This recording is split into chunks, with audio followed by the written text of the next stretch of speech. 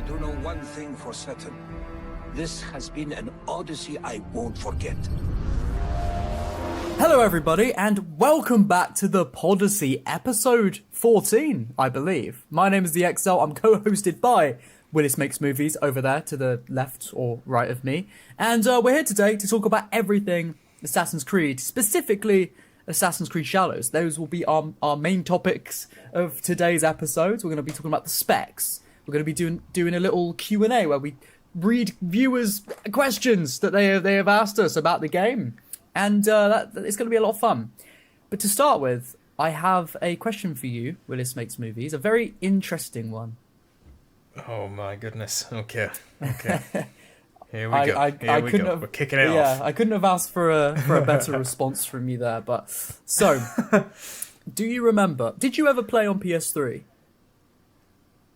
Oh, this is not where I thought this was going. Yes. You did. Yes, you I did. I had a PS3. Now, yeah. were you a PS3 enjoyer during the years of around 2009, 2010? Oh, yes. You were. I believe that's actually when I got my PS3. So you were you were the prime demographic for what I'm about to ask. Oh God. Did you often browse the PS Store to download whatever free games you could? I definitely did for demos. Mm-hmm. Okay. I would download a load of different demos, if that's what you mean. Well, it could be. Now, did you ever play this? I suppose it was a sort of game. It was more of an online hub, really. It was called PlayStation Home. Yes, you did. Yes, I did. Okay. I did. Oh my God, that's a flashback. Yeah. Oh my God. You'd make a little avatar and you'd run around the little hub. This big open little space. There was shops that you could spend real world money on and buy outfits and stuff. And I never quite understood what it actually was, but I enjoyed clicking into it because it was free. I think it was just the idea that you would have friends that you could meet up there and talk to them and walk around. But it was like the prototype for more life service things we see these days, really, wasn't it? Yeah. But my specific question, I'm going to click off of my face. I can see myself in my recording and I keep looking at myself. I'm going to click away to not distract myself. Right, okay. There was a specific area that you could go to within PlayStation Home. And we'll throw some images up on screen for the viewers to see it jog their memories. Jog my memory. Yeah. a lot of like PlayStation first party games were usually crossed over in this PlayStation Home hub. My God, I think I know. Yeah, they'd have games like Uncharted, that sort of thing that you could cross over and visit the world. Yeah. Now, weirdly, there must have been some sort of business deal here. That was an Assassin's Creed crossover. Do you remember that? No, you don't remember that? I was it. I very vaguely remember this, like very, very vaguely. Was it like Brotherhood or Revelations, like one of them? Unless there was something extra that I missed, no. What I'm thinking of, there was an AC2 crossover. Now, It wasn't much of a crossover. What it entailed was it would be a location from the AC2 game that you could visit with your PlayStation Home avatar and see everyone else's avatar who was online, roaming around this little area. Oh, no way. And there was a little hub area. There was, and you'd probably wonder, you'd probably wonder all of the possibilities of where this hub could be. Could it have been Monteriggioni? Could it have been Florence? Could it have been Venice? That would have been some really good ideas, but no. It was the assassin hideout that Desmond and Lucy and Sean and Rebecca visit. It's just that area. What? Yeah. What? So you can walk into that room. You see the Animus in the first thing you enter the room. You see Sean's desk, with all this stuff on the wall. You see that the bed in the corner where I guess Desmond slept. I don't know. There was like a. Can you interact with it? Can you interact with stuff? Does it give you little messages? I think so. I mean, this is a memory that literally just hit me earlier on. It just unlocked. So I don't remember. Oh man, I need to watch some gameplay of this now. What? And this was PlayStation Home was shut down a few years back. So I don't think that if there's no online footage, which I'm sure there is. But if there isn't of this AC2 area, then it's literally just in our memories. and we'll never get to see it again. But I think there's probably some footage online. Shall I see if I can find something? Yeah. Is that like lost media then? I guess, yeah. There's so much... Lost media. Yeah. I guess that could potentially allude to maybe some future episodes where we can dive into all these different lost Assassin's Creed things. There you go. But yeah, it just hit me the other day. I was like, today. I was like, what the fuck? Why did that memory come to my mind randomly? Wow. And I remember PlayStation Home, but I literally I didn't speak to anyone on it. I just downloaded it and had to wander around because I didn't know what it was. So on the Assassin's Creed UK YouTube channel, there's a whole trailer for it. Oh no way. Assassin's Creed. Is there actually? Assassin's Creed PlayStation Home launch trailer. I'll send you the link. Oh no way! Yeah. We should have a watch. Yeah, should we have a quick react before we get into it? Yeah. 3, 2, 1. Okay. All right, it's playing. Yeah. Play. Peggy 18. Oh, we got the music as well. We're gonna get copyrighted to hell for this. Oh shit! Maybe we keep speaking. Keep speaking. Or we can AI remove it or something. Yeah. Oh look at that little bald guy. Wait, whoa! What? They've got. It's the Animus room from AC1. Yeah, I didn't know they had that one in there as well. Oh, is it? Wait, what? That's Twitter. Oh yeah, the Lineage God, trailer. I remember Lineage. the Lineage trailer on the screen. Yeah. Oh, whoa! What's that? Underneath the floor? Whoa. Is that like a? Oh, I What? don't remember this. There's a little tower defense game. Oh, I didn't play that. Oh, that's so cool. Yeah. What? Victory. I guess you could play against people. Wow. This is more than the Animus Hub will ever be. To be fair, this is the Animus I Hub actually before the thought Animus that's Hub. why you'd brought this up. Yeah. And this is the bit I remember. Oh, there it is. This is the bit I remember. This is what I saw. Oh, it is literally. It's funny how the characters are scaled down a bit. Yeah. They're smaller than the actual. Oh, what? You can't even do this in AC2. Yeah, I know. Can you get in it? Oh, just the way. codex. Yeah, but that's It's still cool. still something. Good promo for the game. Yeah, that's actually really cool. Yeah. I suppose because the Animus room is also in Assassin's Creed 2. Wait. Do you see the guy slowly walking at the end? Yeah. Oh, that bit was funny. What more awaits? Yeah. I don't know. I don't think they did anymore. There seems to be there's a date on the screen behind him. Oh, is there? I wonder if there was some sort of online. Ah. Wait, no, that's just... Oh, that's so weird. Yeah. So that was interesting. That was what came to me in my memory just today out of nowhere. I was like, you just unlock memories for no reason. Like maybe you'll smell something that you smelt 15 years ago, and it will just trigger that memory. But wow, I would love to watch a video of somebody breaking down all the secrets from this. Everything you could do. That'd be me. Hint, hint. Yeah. Yeah, go for it. Well, I guess interesting. Wow. If we do in the future that episode, where we cover some lost stuff. I mean, unless you end up deciding to do it on your own channel or something, but we could always look into not lost media. Like I was saying before, the thing that I would like to cover, I don't know if I'm definitely not before Shadows, but I want to do a video covering how Assassin's Creed outfits look in other franchises. Oh yeah, that would be cool. Because Rainbow Six has an Altair skin. Yeah. I only found out at the weekend that that Riders Republic game. Yeah. It's like a Ubisoft. It's like Forza Horizon, but for BMXs. That has an Ezio skin and a whole Abstergo pack thing. Oh. So I'm interested. I want to do a video covering how bad they all look in other games, because they always end up looking terrible. Yeah. Oh, that'd be cool. Yeah. There must have been some sort of Ezio costume for your character. Surely. Or maybe a Desmond hoodie. Yeah, surely. You'd think, wouldn't you? Because I do remember there was a main town, but there was loads of shops in there, and you go in those shops to buy clothes with real money. I never did that because I was a small child and I had no money. but and it was like my dad's account. Yeah, I didn't get what I was spending money on. Yeah, So so I would just walk around in like the most standard ass like outfits, and I'd see everyone in that cool like with their pets following them, their cool outfits running around. And I think it was I mean it was a cool idea, wasn't it? Like social hub. But it's a great idea. Now you've said that, I'm like thinking like this really should have been in. This should have been what the Animus hub like ends up being. Like the modern day is in its own little hub space. yeah, the modern day is like GTA Online.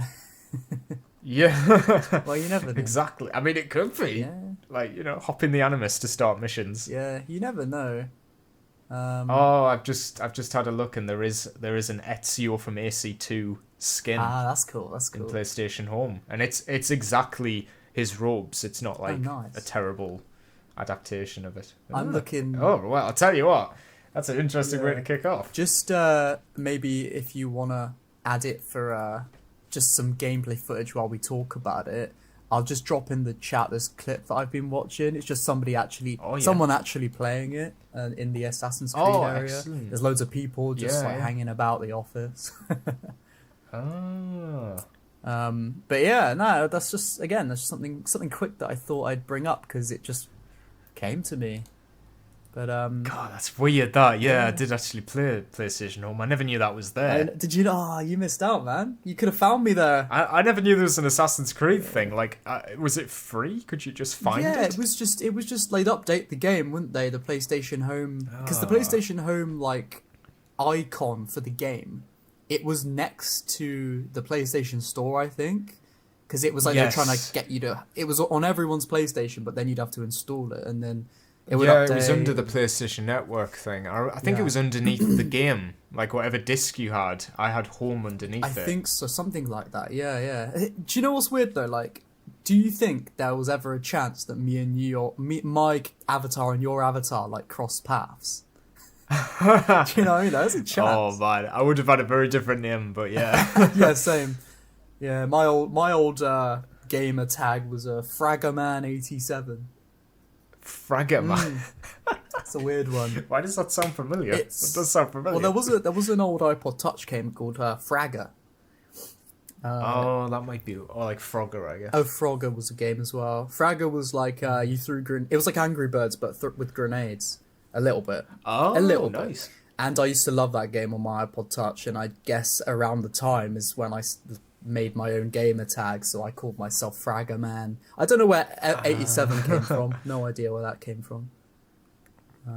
Just a fun combination, I guess. Yeah, I mean, technically, that still is my like gamer tag name on like on PlayStation, Steam, and all that. Oh, you're gonna get doxxed now. People are gonna be sending you friend requests. They can send me friend requests. I will never look. No offense. I will never look because I don't play online. I just go on, play my games, and I go. So I won't see if you request me.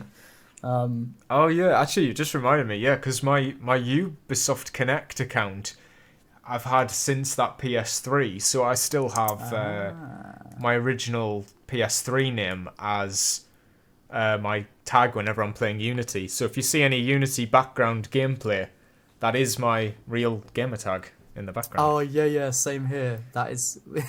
Oh no. Whoops. My Ubisoft Connect is Fraggerman88 because 87 because I lost my old account.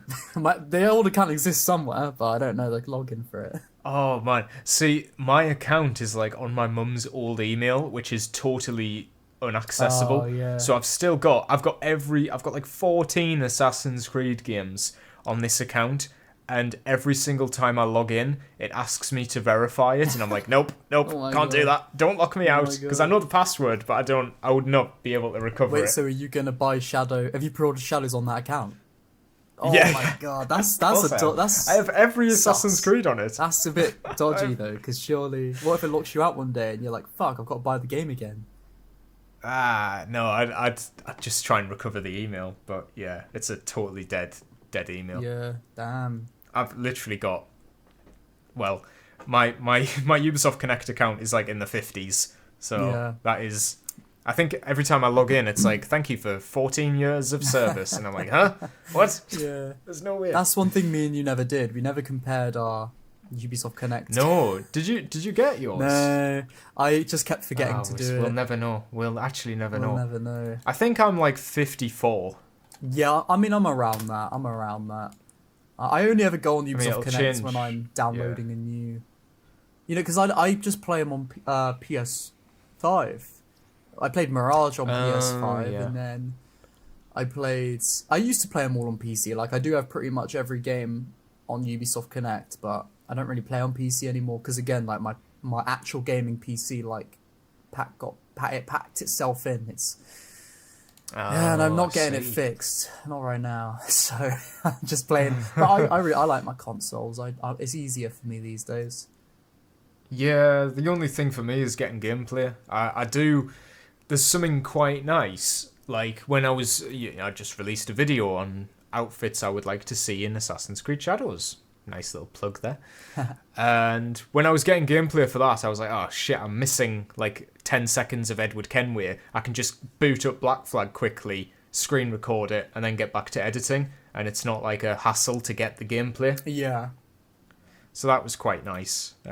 Whereas, like, the only games that I've just got on console are like Odyssey and Valhalla, so you'll very rarely see gameplay of those. I just use the trailers for gameplay of those.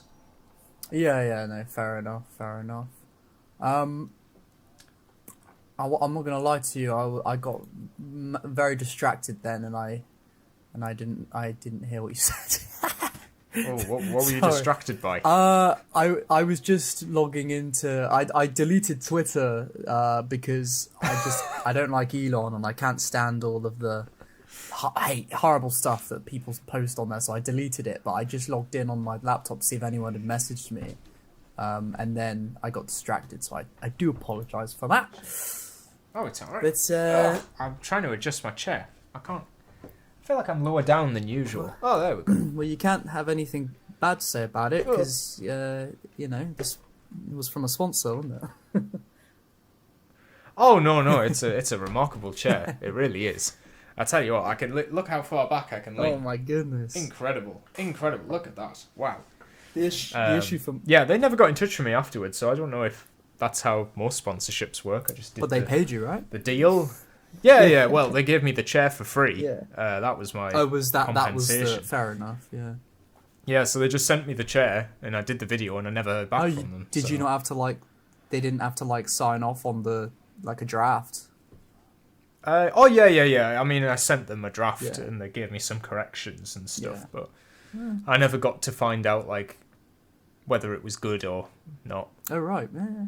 I don't know. But they've done quite a lot of collabs. I've seen with bigger YouTubers as well, so I don't know. Fair enough.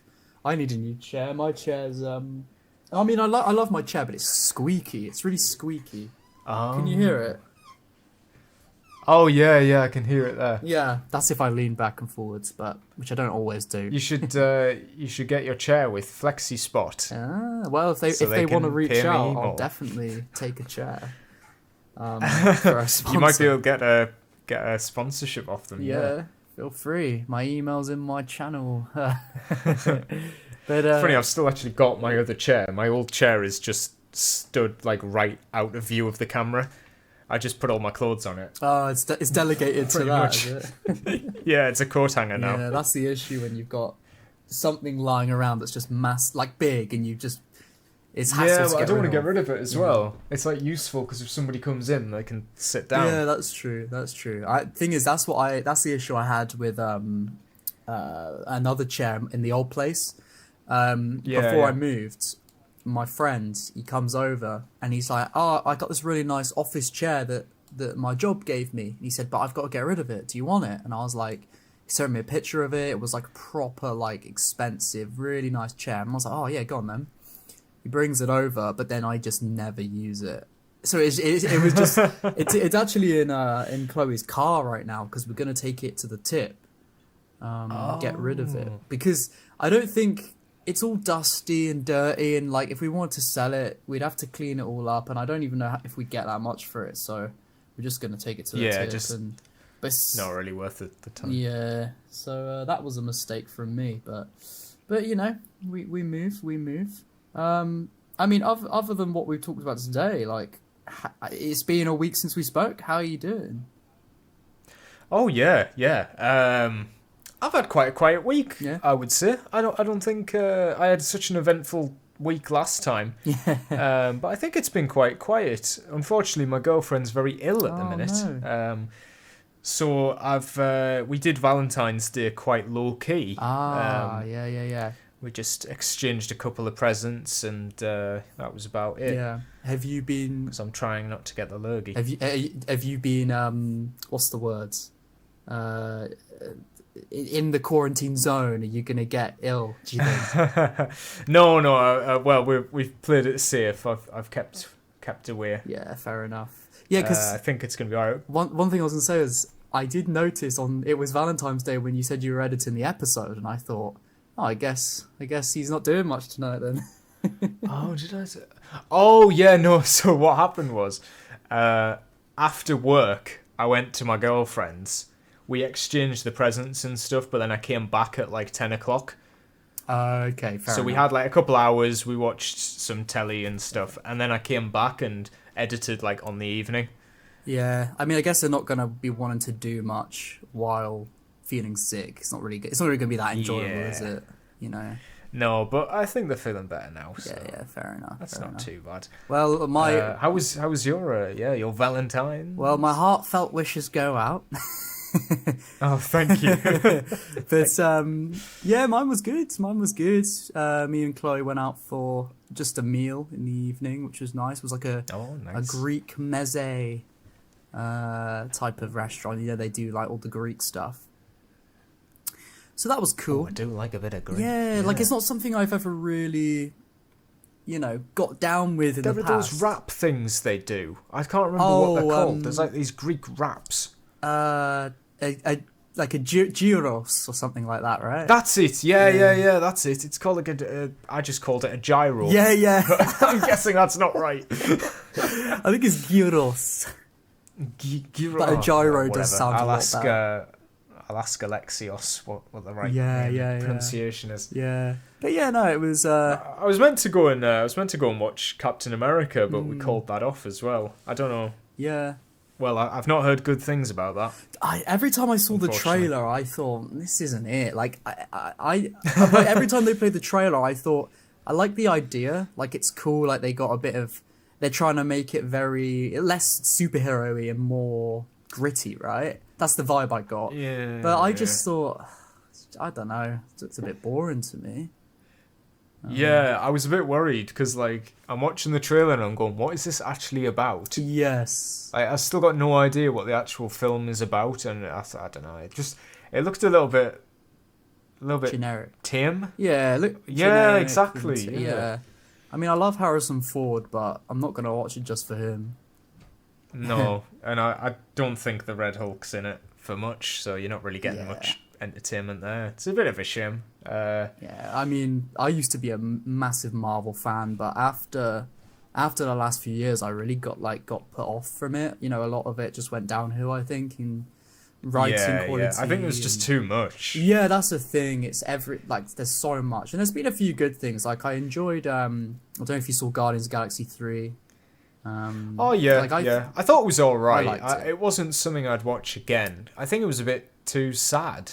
I mean, I get it. Like, it was good. I'm not saying it shouldn't have been sad, but it's not one that I'm like, woohoo! I can't wait to rewatch that. Yeah, I mean, I really liked it. I thought, you know what? This is when Marvel can be good. That's how I felt. Yeah. I watched it at the cinema by myself. God, I don't even know what the last Marvel thing I liked was. Like, I did like Deadpool and Wolverine. I thought that was alright. Do you know what? Not amazing. Me and Chloe walked out of that early. Really? Yeah. What? No way. It's just When? Like, how far through was it? Oh, right. We were about 40 minutes in and we were like, this sucks. Let's just go. What? Yeah, I mean, Wow. this is the conclusion I came to. I think I understand that how it can be really funny and enjoyable to a lot of people, and I don't think it's just objectively terrible or anything like that. I just think the sort of like, it's not the sort of comedy that me and Chloe enjoy. It's not our type of comedy. So it was a joke every like 5 minutes, and we just didn't find any of it funny, so we just left. You know, do you know what I mean? Like, Oh, if man. you watch something that's Yeah, that yeah. is, I guess, funny, but then it's not the sort of stuff that makes you laugh, and it's all the time, then obviously you're not going to enjoy it. I think that's worse, isn't it? Yeah, when there's a comedy that's just not hitting. Yeah, You've got to sit. You know it's not going to get any better. yeah, exactly. And so yeah, it wasn't for us. So we just Oh. thought, fuck it, let's just leave. And we never walk out. If we watch, you know, we go and watch movies quite a lot, and if it's not something that's too good, we'll stick it through for the experience. But for that, we would just. Everyone was wow. bellowing in laughter behind us, so I know it's more of an us, like it's a me problem. You know what I mean? But I don't think I've ever walked out early from a movie, honestly. really, yeah, I guess it's a rare There's been thing. times I've wanted to. Like when I watched Ant-Man 3, I was desperate. I went to the toilet halfway through and I was like, I could just go now. I could just go. I don't have to go back. Yeah, That was awful. That was genuinely one of the worst experiences I've had. Actually, just in terms of experience, not the film. I went to see a couple of years ago now that Teenage Mutant Ninja Turtles animated film. oh yeah. And it was really good. It was really, really good. But it was a bunch of chavs talking Oh. until about half an hour to the end when they got kicked Oh, out. that's so annoying. And it just ruined Yeah. it because it was such a good film and I hated every second Yes, of that's- that cinema experience. That shit pisses me off. Me and Chloe had that recently. We went to watch the new Lion King, and it was. Oh, God. Yeah, no. We I like the Lion King. I always thought it was pretty decent. So we went to watch the new one, and there's this group of it's like an entire family, right? It's an entire family. Oh, no. And they're just yapping all the way through. The kids running around and screaming. The parents are laughing, taking photos with the flash. Like they're just there, like they're at Oh, what? McDonald's or something. Do you know what I mean? Oh, And no. See, that's what I think's ruining the experience is that people think it's like they're in their homes now. It's just rude though. With You've got to films. think there's people around you that are actually trying to listen. It's I don't understand Yeah, where yeah. the mentality is at where you think you can just do what you want it's like being in a library. You don't just scream. You be respectful. And so I was so close to going over there and telling them to shut up. I was getting so pissed. I almost did. And then I thought to myself, all right, if I tell them to shut up and they don't, I'm legit going to go out to the staff and tell them. Because it was really ruining the film. But I don't know. I didn't have the courage to do it, so I stayed in the end. But Yeah. It ruins it. It really does ruin Yeah. it. I don't like it. It makes us not want to go to the cinema. I mean, I only went to the cinema 4 times last year. really, whew. Yeah. There was nothing I really desperately Yeah. wanted to see. Apart from a few. I mean, I saw Alien Oh, Romulus. did you like it? I I loved it. that. I loved That's it. one of my favorite. It was weird movies. though. So good. I came out the first time and I wasn't I was like, oh, they went too far. They went too far Really? with that third act. But then I watched it at home with my parents and they loved it all the way through. And I was like, you know what? Yeah. I am actually on board with this. When I watched it the second time, I was picking up on more details and I was like, it's not just a very straightforward film. There's actually quite a lot of under the surface stuff going on. And yeah, it is probably one of my favourite Alien films Yeah. now. And I think what didn't help as well was I loved the new Predator film, the Prey one that came out. Yeah. So I was comparing it to that, which I know is unfair, but I was like, It's I really subconscious hope though, this isn't it? Alien Yeah. movie is as good as the most recent Predator. And I think it was, actually. Yeah, I mean, for me, I think the reason I loved it so much is because I have literally no preconceptions because I've never seen an Alien movie before or a Predator movie. Oh, what? Yeah, I know. One of those things that I bring up. Oh, no way. Yeah, but I really want to now because the new Alien movie was they're amazing. brilliant. They Yeah. are amazing. Yeah, I thought it was outstandingly good. Definitely one of the best films I've seen in that whole year. So yeah. Oh, yeah. Really good. For a first one, I think that's a fantastic starting point. For sure. And here's something I found, right, by being an avid movie theater goer, right? I think when Yeah. you need to go to the bathroom, right? If you find yourself doing a light jog to the bathroom, you know you're enjoying the film because you want to get back. If you find yourself just meandering, slowly walking to the toilet, you know that you're not enjoying it because you're not in a rush. Wow, I never even thought about that. Trust me, it happens That's a good because point. I think about it a lot. Because when I was watching, I watched this movie the other week called Companion, which was one of the best ones I've seen so far. Really, definitely recommend that. I won't say what it's about because there's a lot of different things that the trailer doesn't really show. and it's worth seeing when you watch it. But I had to go to the toilet, and I was like, I almost ran. I was like, I need to get back because it was just so intense, so good, you know. And then when I watched, I don't remember, but there's other films I've watched where I've just really like slowly just no pace, just slowly walked to the toilet you just realise, you're like, oh yeah, I'm not in any hurry to get back. I remember with Ant-Man, I was like, do I even want to go to the toilet? Should I just fall asleep here? Yeah. Do I just piss myself? You know, is that more thrilling than the actual movie itself? I remember I waited because that film takes like half of its runtime for Kang to show up. Oh yeah. So when I was like, okay, Kang's here. He's terrible. I now know that this movie has nothing to offer. I'll go to the toilet. Yeah, fair enough. I was holding it off because I didn't want to miss like his big introduction, and then it happened, and it was terrible. Yeah.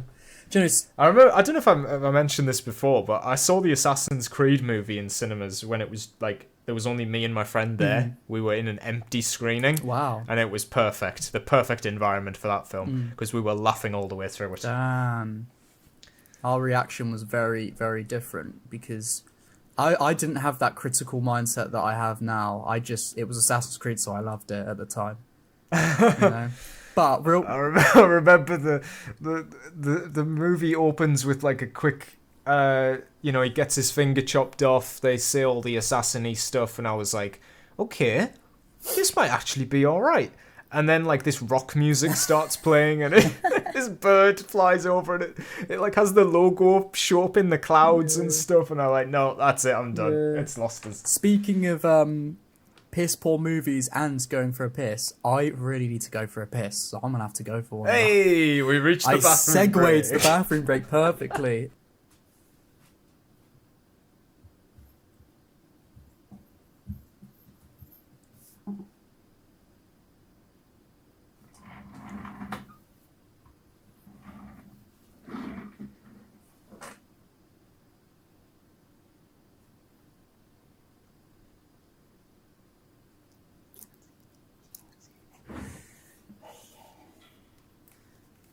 Hello.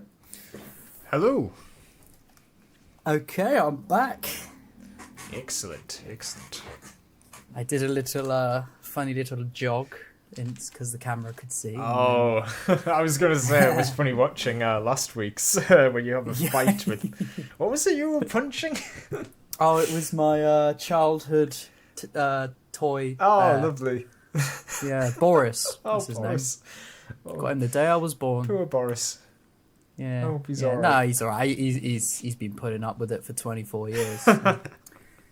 But anyway, should we get into our into the specs of AC Shadows? Yeah, we might as well rattle through this. So, for those who don't know, the PC specifications for Assassin's Creed Shadows have been released, and I'll put them on screen now. Take a look. Can your PC run it? Mine certainly can't. I mean, well, what makes you think yours can? Are you way below the low end? So, or what is it? If you go to minimum, go right to the end there. If you look at the GPU, an NVIDIA GeForce GTX 1070. So I believe mine is a 1660. So I should be all right on that front. Yeah. But then the CPU, an AMD Ryzen 5 3600. So I have a Ryzen 5 5600, which is in the recommended section. So I'm wondering if I think I'm like halfway between minimum and recommended. Mm-hmm. So I think yeah, I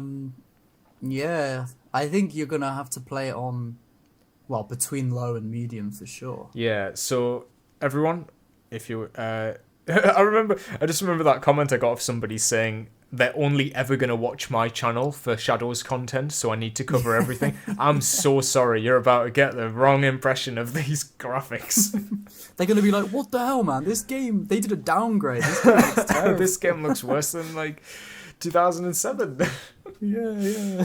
I mean, I'm seeing some good things at the bottom. Here's the thing, though, right? Obviously, if you look at sort of that trailer they put out with the comparisons. And all that between, and also if you look at like low settings on a game like Mirage, which is the most recent AC game, like it's not that different, you know. I was going to say that. Yeah, did you see that comparison?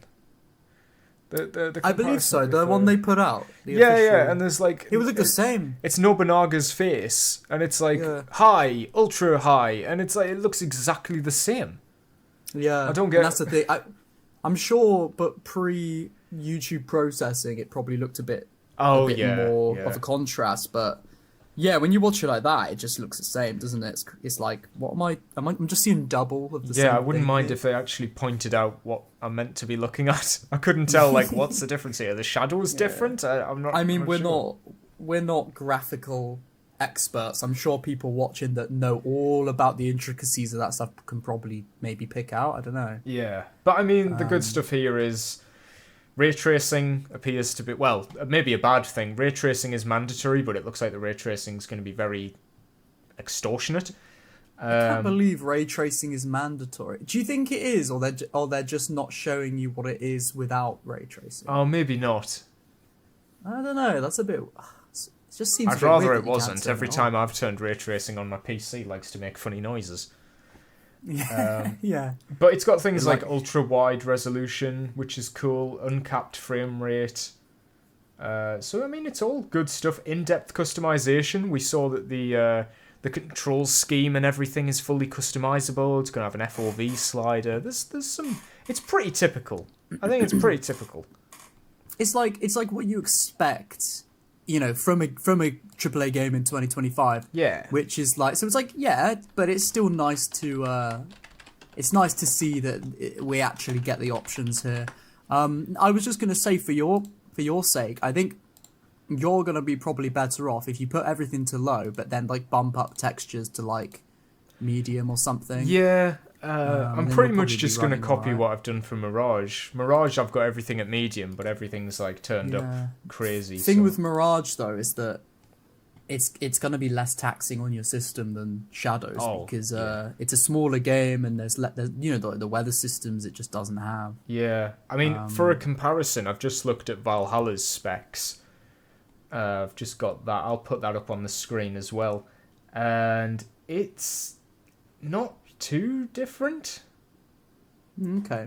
I want to say like it's no, it is pretty much like between high and ultra is where I would be at with Valhalla, whereas now I'm like medium to low. So that kind of tells you what the step up is, what the upgrade is between Valhalla and Shadows is like the difference between high and low, pretty much. Yeah, fair enough. I'd love to hear what people watching think. You know, like what do you guys play with? Do you play with PC or do you play with console? Oh yeah. Because for me, again, like when I was younger, I was always a PC. Well, always a console gamer growing up. But then I had this when I was a teenager, I had this in between time where I was a PC gamer, and it's only in the last sort of year or so that I've got back into playing on console. Again, like I said to you earlier, Lewis. There it is. There it is. It's just ingrained in my mind now, Wills. Oh my! You know, I was thinking that today. I was at work and I was like, people think my name is William. I don't know if I can quite like live with. No, but like people, because somebody called us Lewis at work, and I was like, oh yeah. Oh, I'm not. Yeah, I don't know. It's kind of weird thinking. People think that's. I mean, I call you. I say Lewis to you. Yeah. Well, we get a bit of everything. I think that's part of the fun. Do. I get a bit of Mr. Exile from you. I like Mr. Exile. I think that works. That's like professional. You know, that's the professional stuff. Of course. And then I noticed. Excellent segue here. You asked me last episode to watch an episode of your old podcast, which we reacted to. We reacted to that, to the Francis Bourgeois saga. Yeah, and I did react to the first couple of minutes of the Valentine's Day one, because you were telling me how you'd gotten all dressed up, and it was like probably the best in terms of production value. Really questionable intro. Really? What was the intro? I can't even remember. The intro is people pulling up in a car. and they get out the car in suits and stuff, and they have like flowers in their hands, and I mean it is pretty. But yeah, you get called Harry on that one. Oh yes. And it's really funny because you've been sending me the Podyssey footage for me to edit every single week, and it always says it's from Harry, and I never put the pieces together that that's you. Oh, it's because I thought it was just a name. Yeah, WeTransfer. It keeps saying Harry, and I'm like, who's Harry? Oh, it's because when I was like, my name is Harrison. Like my full name is Harrison. Yeah. But like growing up, I don't know. I just guess my parents called me like Harry and stuff for like shortened it, and all my friends growing up would call me Harry. I guess that makes sense. I got to about when I was about 20. So about 4 years ago, and I just decided I don't like that name anymore. I want to use my full name because I like it. It sounds better. Harrison. It just sounds nicer. I prefer it. So, my older friends that I've been friends with before that, and my family, they can call me Harry because that's how they know me. But like anyone I've met since then, or any job I've had since then, I've just been known as Harrison. So I really feel like I'm not Harry anymore. I'm Harrison. Do you know what I mean? Like the last job I was at, I was there for a year. Only knew me as Harrison. Before that, I had like a part-time job in Hollister. Oh, the clothes store. They called me Harrison there. They would have had no idea. And once I was in a nightclub with one of my mates, who knows me as Harry from the college days, and I bumped into this girl that I worked with, who obviously knew me at the time as Harrison. And then he said to her, how do you know Harry? And she was like, Harry? What? And then she was like making fun, not in a mean way, but just having a joke around, making fun, like Harry. My girlfriend, she sometimes calls me Harry now, but she always knew me as Harrison. She still calls me Harrison 99% of the time. That's it. That's the some more lore if anyone wants more lore. Add it to the wiki. The Podyssey wiki. Yeah, I mean, I have like my name's Lewis, but like that is such a common name up here. I don't know if it's the same down south, but like in the north, at school, there was at least 3 Lewises per year group.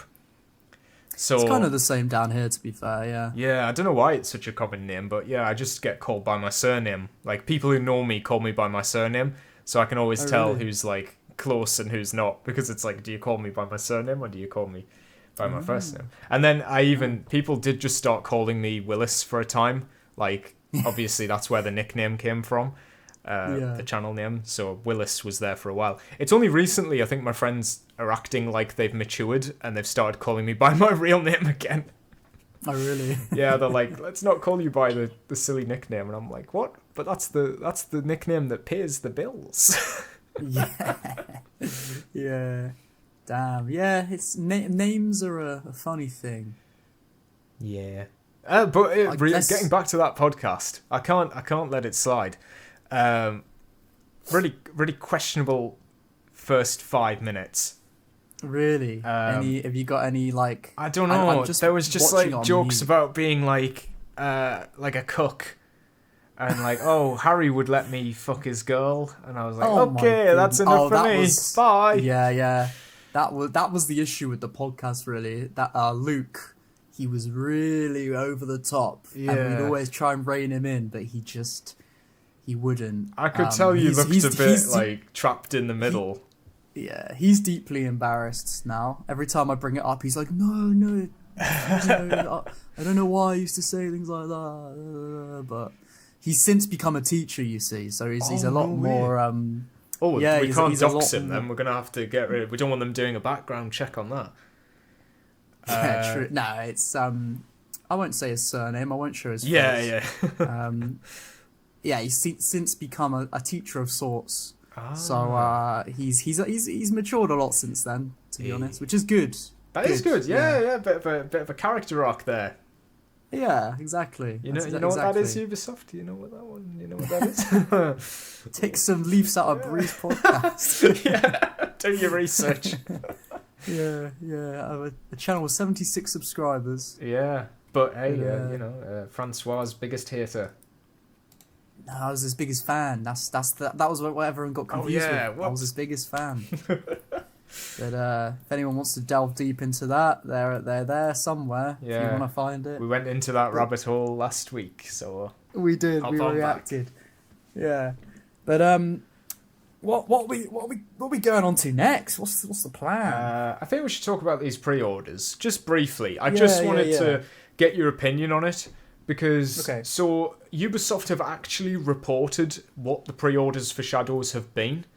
Not like a number, but they said that they are performing on par with Odyssey. That is, like, from their mouths. They've said it's on par with the second highest in the franchise, which is Odyssey, which I believe sold 10 million copies, I want to say.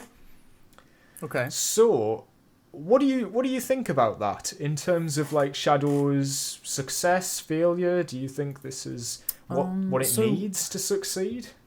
What was the official like information on this? Like, was it like they put out a post? They said, "Oh, we've got this many pre-orders on par." Like, how was it? The information put forward? I believe it was some sort of like these investor calls. Oh, okay, it was on one of those. I think it was something along those lines. I'll get the exact quote up if you want, just while you give your opinions on it and such. I mean, here we go. I think I can imagine, most Assassin's Creed games will have a similar level of pre-order. It's interesting that. Oh, have you seen the levels? Have you ever seen the numbers of like sales for each game? They're really interesting on it and stuff. When you see like how little some of them did.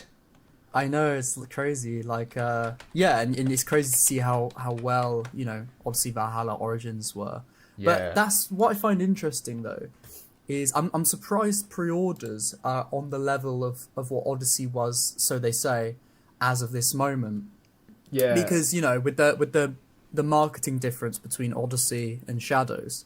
That is wild, But I suppose the whole controversy with Shadows is probably a big result of why there's so many pre-orders. Because, as negative as that controversy was, or is, because I guess it will be trending again when the game comes out. But I suppose I've already seen it kick back up. I don't know about you, but I've been seeing loads of negativity, like recommendations. I've been tuning out from all that stuff because it's just I've read it all before. I'm not bothering with it again. Yeah, I've defended Yasuke. I defended the idea of him and stuff in a video, so I'm over it. I'm past it. Excellent. So just to add the context to this. Ubisoft have recently closed down some of their studios and laid off quite a number of their staff in the UK. One example is Leamington. Don't know where that is, but Leamington. Spa. There you go. Yeah, they are gone. And our best friend Yves Guillemot put out a statement just to reassure people that Ubisoft has not gone under. They said he wants to commend the incredible talent and dedication of the entire Assassin's Creed team, who is working tirelessly, blah, blah, blah. This is so sleazy. Listen to this. We are progressing well on our cost reduction program. Wow. They just don't know how to say things like they don't know how to let people down gently. But his exact words were that Assassin's Creed Shadows pre-orders are in line with the series' second biggest launch, which people have obviously deducted is Odyssey. It's weird though. It's like, I don't know, I said though twice. It's weird because that's a weird way of wording it. Wouldn't they just say it's in line with Odyssey? Why have they got to say with the second biggest? Like, there's almost a bit ambiguity there. It's to make it sound like this is the second biggest launch in the franchise, when it's probably not. I get the feeling it's under Odyssey, and that's why they didn't want to say the third biggest launch, because that doesn't really sound very good.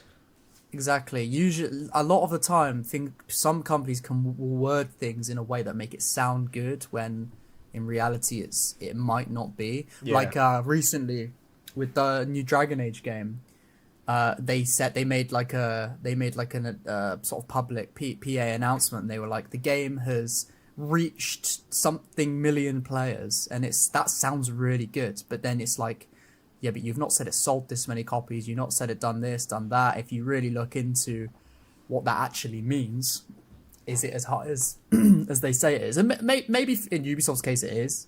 It's just always worth thinking about, you know. I mean, like the reason that they've said this in conjunction with all these layoffs is because they're trying to tell stakeholders like this game is going to be profitable. That's like the message I get from this. They're like, look, we're laying off this many people. The pre-orders are doing this well. Like this is gonna work. This is all gonna work. We promise. Yeah, I mean, I think there's also a question of, you know, when it comes to how the game will sell when it actually releases, is like, I feel like what I've noticed with the general consensus since the previews came out, you know, just general of a mainstream audience, is that it's you know, it's doing nothing new, right? It's a game focused on feudal Japan with samurai, shinobi.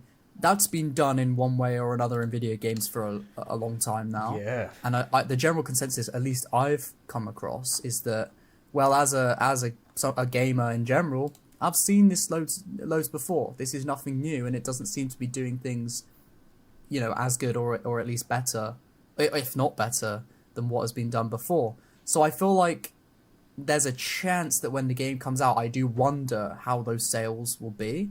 You know, will it sell really well? Because Assassin's Creed is a very well-known IP, and, you know, samurai, shinobi, that sort of thing is a very popular genre. Or will it end up underperforming over time because, again, is it too late? Is the Japan setting coming out for Assassin's Creed at too late of a time when it's an oversaturated genre? I don't know. I mean, I can tell you from people in my circle, people in my circle played Assassin's Creed Odyssey and Valhalla because they wanted to play a Viking game or a Spartan game, not because it was Assassin's Creed. Like, I've got a friend who was desperate to play a Viking game, but because it was Assassin's Creed, he didn't trust it. But he finally picked it up, and like, I think he wouldn't have picked it up if it was Assassin's Creed. It's because it was a Viking game. That does pose a bit of a problem, yeah, because it's a bit of an oversaturated time period, which Ubisoft have never really had that issue with. They've never had to contend. Yeah, with other like franchises. Vikings, you think, yes, they're really popular, but there wasn't really many games about it, was there? No, not like to the ancient level. Greece. Same with ancient Greece, ancient Egypt. It's like these are very popular. There was demand for this. Yeah. But you know, there was less supply, more demand. Whereas this, is it kind of the other way around? You know, is there less demand because there's a lot of supply when it comes to? Yeah, it's weird because that's like Japan. the unique selling point, isn't it? It's where is the game set? It's, you know, always has been. It's not just an open world. It's a Yeah. it's a look back in history. Even Victorian London there wasn't much set in Victorian London at the time for Syndicate. That was one of the first games. Yeah, that did that. Yeah, I think Assassin's Creed always puts like its own little flair on it. I think it's quite reliable in that sense. I would turn to it and say, well, you know, I would say it's reliable in terms of like the way the setting is going to be portrayed. Mm-hmm. Yeah. I don't know. I don't know what I mean by that even. I mean, like, I don't know. You know, it's going to be a certain level of polish to the city, or like the time period.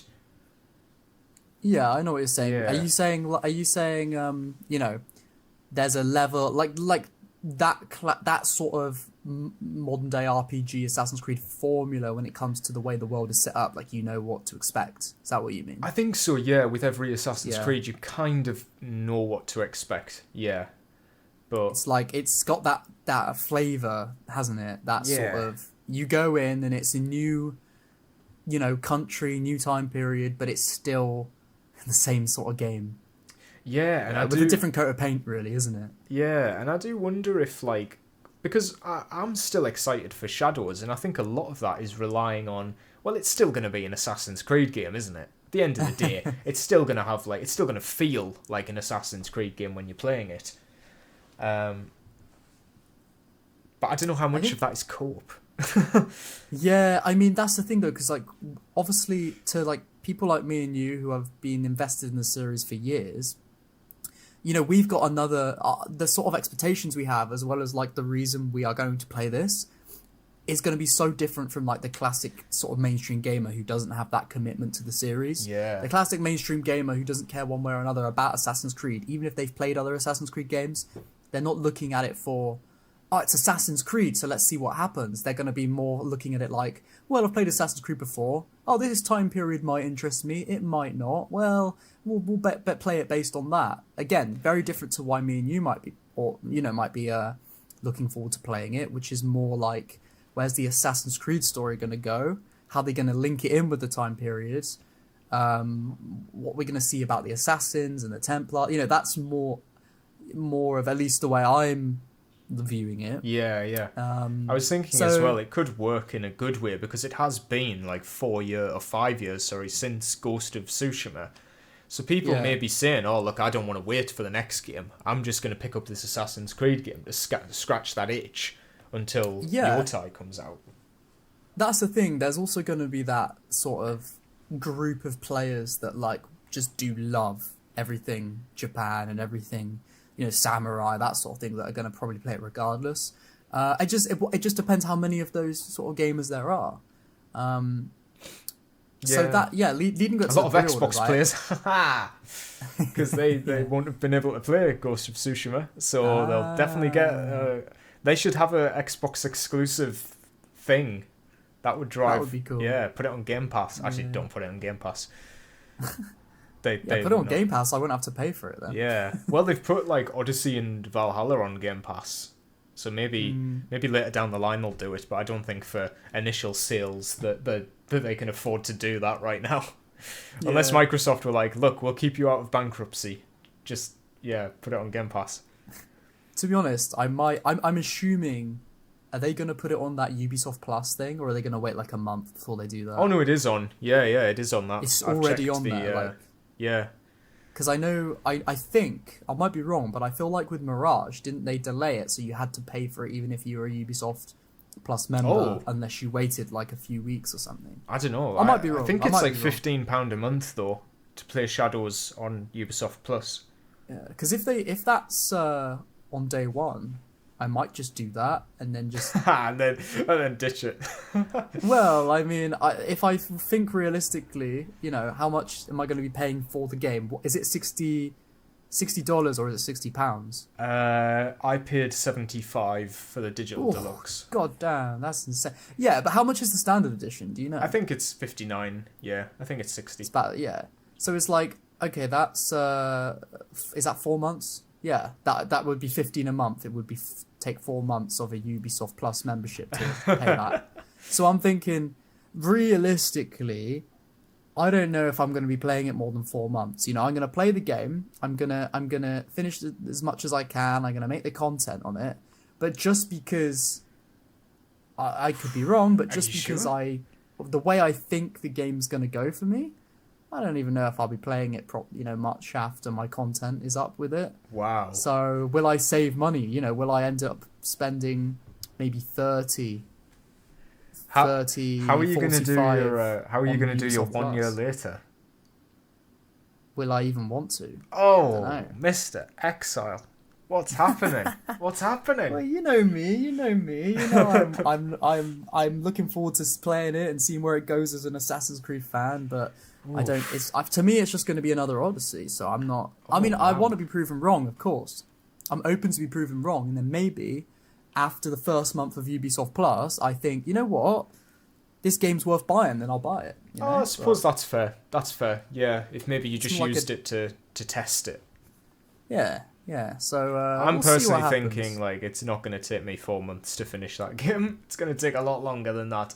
So I'm probably gonna. I mean, I've already paid for the digital deluxe version because I just want to get that extra little bits. I'm not paying for the big. Although, oh man, I don't know. Did you see another announcement? The 1 eighth scale figures, like the statues, got revealed for Naue and Yasuke. Was that the replacement of the ones that had backlash?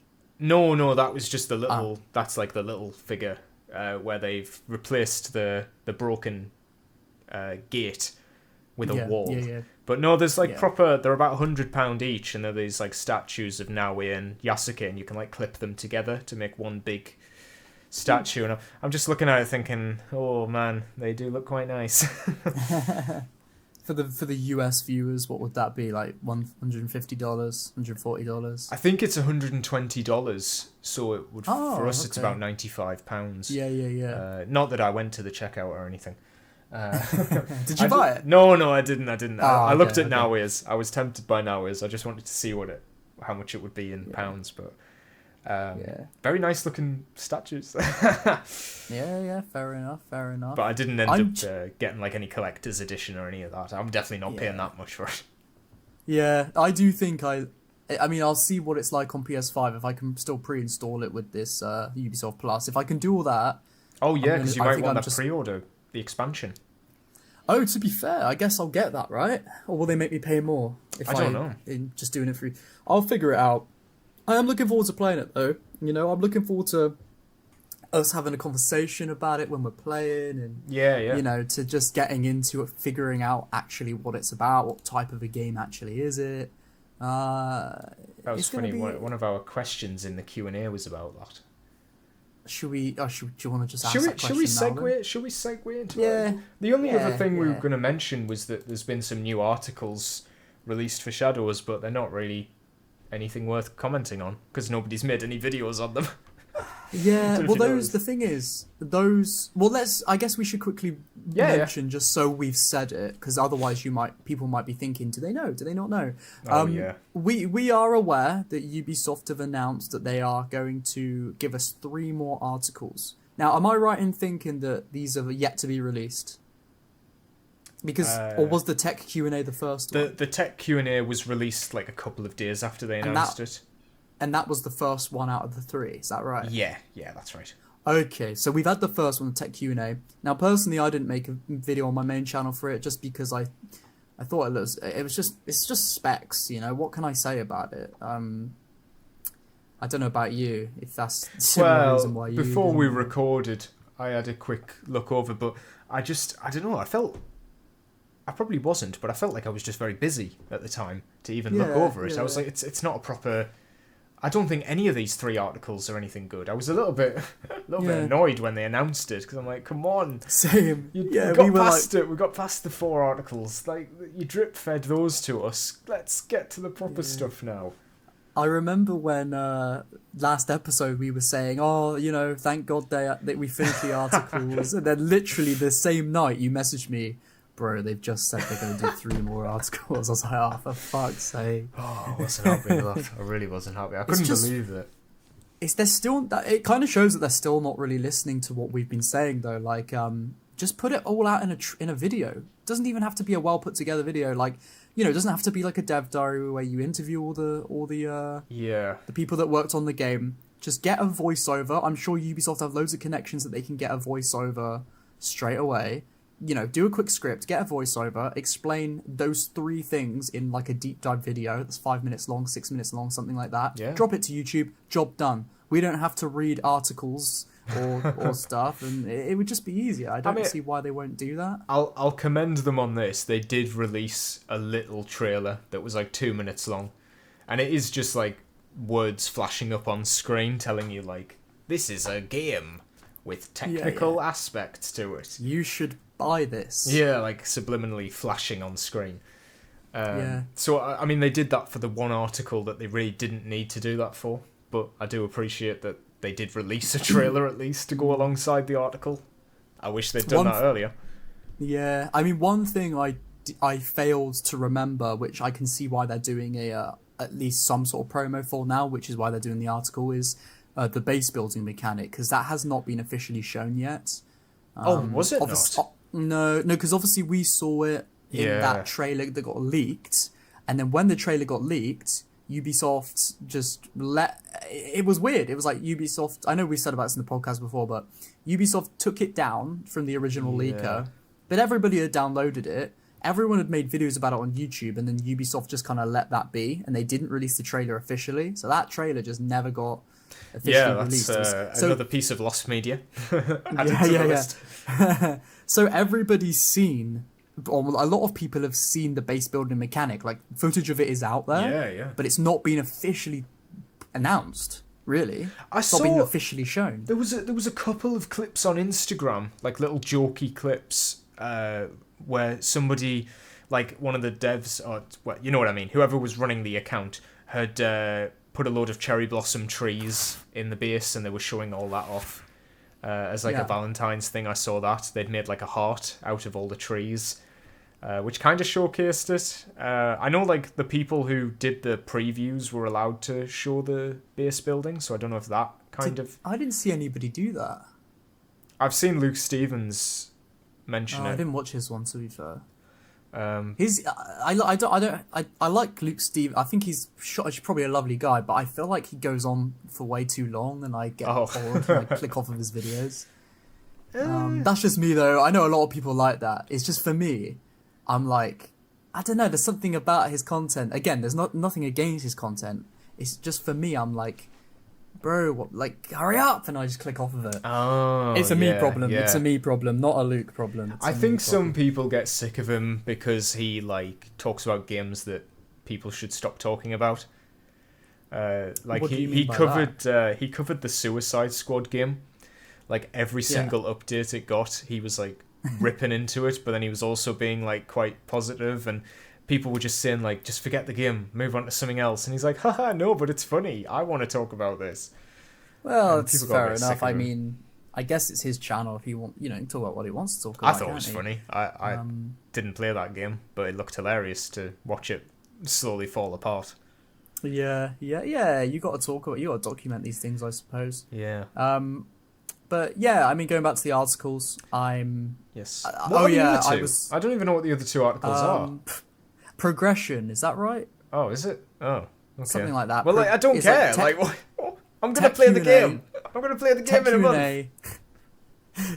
Tech Q&A, progression, and then base building, whatever they called it in the article. But the thing is, we've seen all this. We've seen all this. Yeah. The game's getting close. We're about, what's the date today? It's the 17th. Month and 3 days away. Yeah, we're nearly there. Yeah. So we're nearly there. By the time this episode comes out, we're even closer. So I'm waiting to play the game at this point. Also, I won't go on about this, but just to briefly mention, I will not be covering any more AC news for a while, because I'm going to ask you about this. I'm glad you brought it up. Yeah, I was just going to ask, because I'm sitting here thinking, we've only got like 4 weeks to go. What can I get done in those 4 weeks that I really want to get out before Shadows? And I was wondering, like, do you have anything that you're trying to get done for Shadows, like beforehand? Or are you just like waiting now? Is it just like coasting until the game comes out? No, there's a good few things, to be fair. I've got a little plan. Things I want to get done. I was thinking of this for the podcast as well, because we've got like 4 episodes, and then it comes out on that Thursday. I think we could do the Lost Media Assassin's Creed episode maybe before. If we're looking for an episode. But to answer your question, I've got a bit of a schedule of things I want to get done before Shadows comes out, just so I feel prepared, I feel ready. So a number of those things is just a fuck ton of Assassin's Creed shorts, because the more I do, the more they're likely to carry on popping off when the game comes out and it becomes trending. As well as that, though, obviously the Starfield video for the new channel, I'm so close to finishing it. I'm getting there. Like I've done all the audio for it, so audibly the video exists. But I just have to I'm just filling in the gaps of like gameplay footage of what I'm talking about. I'm going back into the game, recording. So I'm hoping to get that done by the end of next week at least. Just to say, I've got these types of plans. There's another video about an evergreen Assassin's Creed video I want to make on the main channel, which I want to get that out really before Shadows comes out. But other than that, I'm not. That's about it really. Just hopefully I'll be able to do all that before Shadows comes out. Yeah. And then obviously it's just Shadows content. That's it. Like, I feel like if I have any ideas now, I sort of need to get them out before like mid-March. Because then, like, I don't think going back to an idea like months after I've thought about it is going to work. And the way I see it, I am going to be spending at least April just doing Shadows stuff, and maybe even just May. Like, no deviations. Yeah, I mean, it depends how much. Well, that's the thing. Like, you're never going to know until you start playing, and then all these ideas will probably end up coming to you. Yeah. And then you're like, oh shit, this fills me up until July. Well, exactly. Like, I don't know if I'm going to want to go back to a previous game when, like, the ideas might just be flowing one after another. Yeah. So I'm like, right, I've got 4 weeks. What videos do I want to get out in that time? Which videos can I realistically get out within that time? Because how long does it take to make one video compared to another? So I'm sort of like, I'm sat here looking at my list of ideas thinking like, oh, what can I prioritize in order to get a couple more uploads, like some good uploads out for the game? Do you have any, have you planned? Nah, not a clue. Really? I've got a list of ideas, and like, I know the Origins outfits one. I literally just need to script the ranking part, and then I can get that done. And I'm sure I can get that out within 4 weeks. But then I'm thinking, is that the only thing I can get out in 4 weeks? Like, would I still have time to make other videos, or is that like the only thing I can get done? So I'm in a bit of a spot at the minute. I'm glad I got that wish list video done, because that was high on my list. I watched that one. Yeah, that was a decent one. I tried to slow down and edit it better than normal, because I think I mean, it has done really well. It's like 2 out of 10, so I'm chuffed to bits with that. Oh, nice. Yeah, I did think that. I saw the views on it earlier, and I thought, oh yes, doing all right. Yeah, it's done good. Yeah. Before Shadows comes out, I want to do like a final, not predictions, but like my final thesis, I guess, on what I'm feeling. You know, like the whole clickbait. Assassin's Creed comes out tomorrow. The final thoughts or something. Yeah, fair enough. And I want to get, I think maybe one more like prediction sort of video, or like maybe a story sort of thing. I don't know. Yeah, I mean, I guess just get going with some stuff and then see what you end up doing. But I think for me personally, I can definitely see it's a good idea with the ideas you have. But for me personally, I think I'm just gonna try and use this time to focus on the evergreen stuff. Because right. I'm like, part of me's worried, like, well, if I do any AC new stuff or like anything that talks specifically about speculation of the game, I'm worried that then die when the game comes out. Well, yeah, like it's only got a lifespan of 4 weeks. That's true. But that said, there's obviously still the chance that those videos can bang in that 4 weeks. Yeah, they sort of need to do well in the moment. Yeah, and I'm sure it will, because like leading up to release, obviously you've got a lot more people getting hyped that are gonna watch these videos. So I can imagine they do quite well for you. It's just for me, because I've already got ideas of things I want to get done. I've just got to focus on those really. Yeah. I personally, no, sorry, go ahead. I was just going to say, what was I going to say? I've forgotten. Oh, yeah. We're probably only going to get a launch trailer at this point. I think that's in terms of like Ubisoft helping us out with video ideas. I think they're going to probably release a launch trailer. I don't know if that's going to even be worth reacting to, but I'll probably have to do that. Yeah, I think it's one of those things, isn't it? It's like you're nearly at the end now. Yeah. But I just feel like at this point there's nothing else they could show with a launch trailer. It'll just be a miniature version of the gameplay reveal and the story trailer mashed together. I wouldn't mind seeing like a cutscene that takes place after the prologue, just to put my mind at rest. Like, I just want some sort of set piece. Just any set piece. Because you will see then that it's too stiff. They don't exist.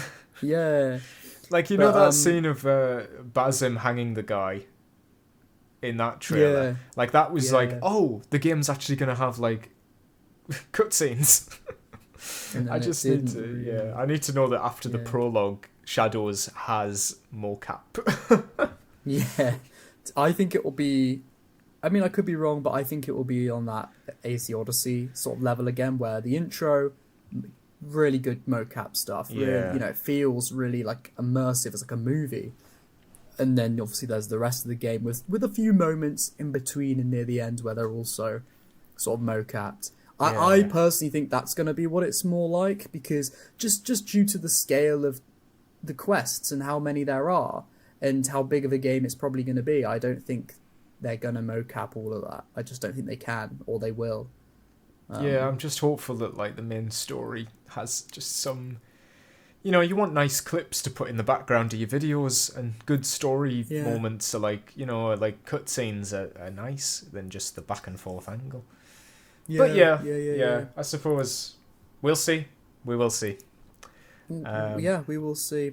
One thing I just will say, just to top it off, I suppose, before we sort of move on or whatever, is that while we're on this subject, I think I should probably say here, because I'm not going to say on the main channel, I don't think. All right. For the viewers, I'm not really interested in talking about Assassin's Creed news anymore. I don't think I want to. I just don't think that's where my trajectory is going, personally. Oh.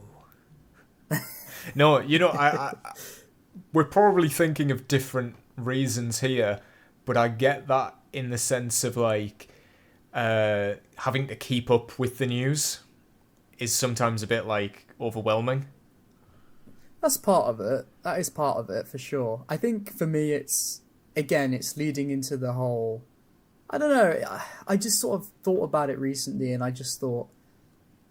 I just don't think my coverage of the AC Shadows news was really that productive in the end, because I don't think... Like, they did okay in views, but they didn't do well enough in views where...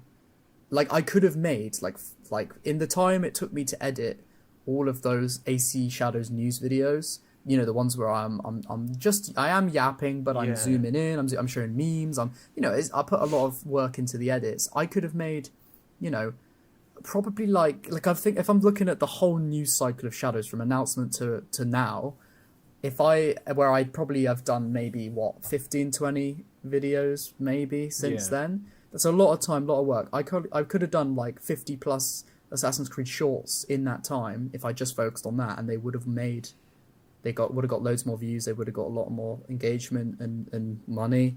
And I just think where I'm at right now, I need to put my focus more on the stuff that does better, stuff that's more successful for me, because I will, my channel will be better off in the end. As well as that, though, I don't really have, again, like, I love Assassin's Creed, I have loads of ideas for, like, evergreen Assassin's Creed videos, but I don't really want to talk about the news anymore. It's just it's the same cycle over and over again, isn't it, really?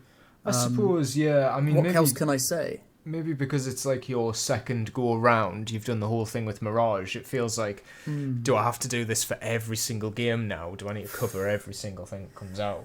Yeah, and I think like... This is why I was just going to say, when you were saying about editing them nicely, this is why I didn't edit mine at all. Mine would just straight up yap for 10 minutes and then publish, because I knew they're not going to last long. Yeah, that's the thing. Like, I understand that from your point of view. It's just for me personally, because just the way I am personally with videos, like, it hurts me to not edit it well. If I know I can, like, I make myself, Yeah. But I understand. Could be like somebody's first video, and now they think your quality's not up to scratch. I guess like you want to be consistent, don't you? Yeah, I try to, and I just think, like, for example, when like Hexe comes out, I'll probably talk about it. Like when not before when it comes out, but when it gets announced officially with its official title and we see more about it, I'll probably make a video with my thoughts. But I'm not going to cover every single update. I just think my time will be better spent, working on videos like my Should You Play Odyssey in 2024 that got like 100k views, like stuff that is actually going to be evergreen and do well. I watched that the other day. Oh, you did? I forgot to mention that. Sorry. Thanks. Yeah, I watched. I watched a couple of your. I filtered it by most popular. And I watched. You did? I thought I'd watch. I watched your Mirage one as well that came out, like your first impressions one.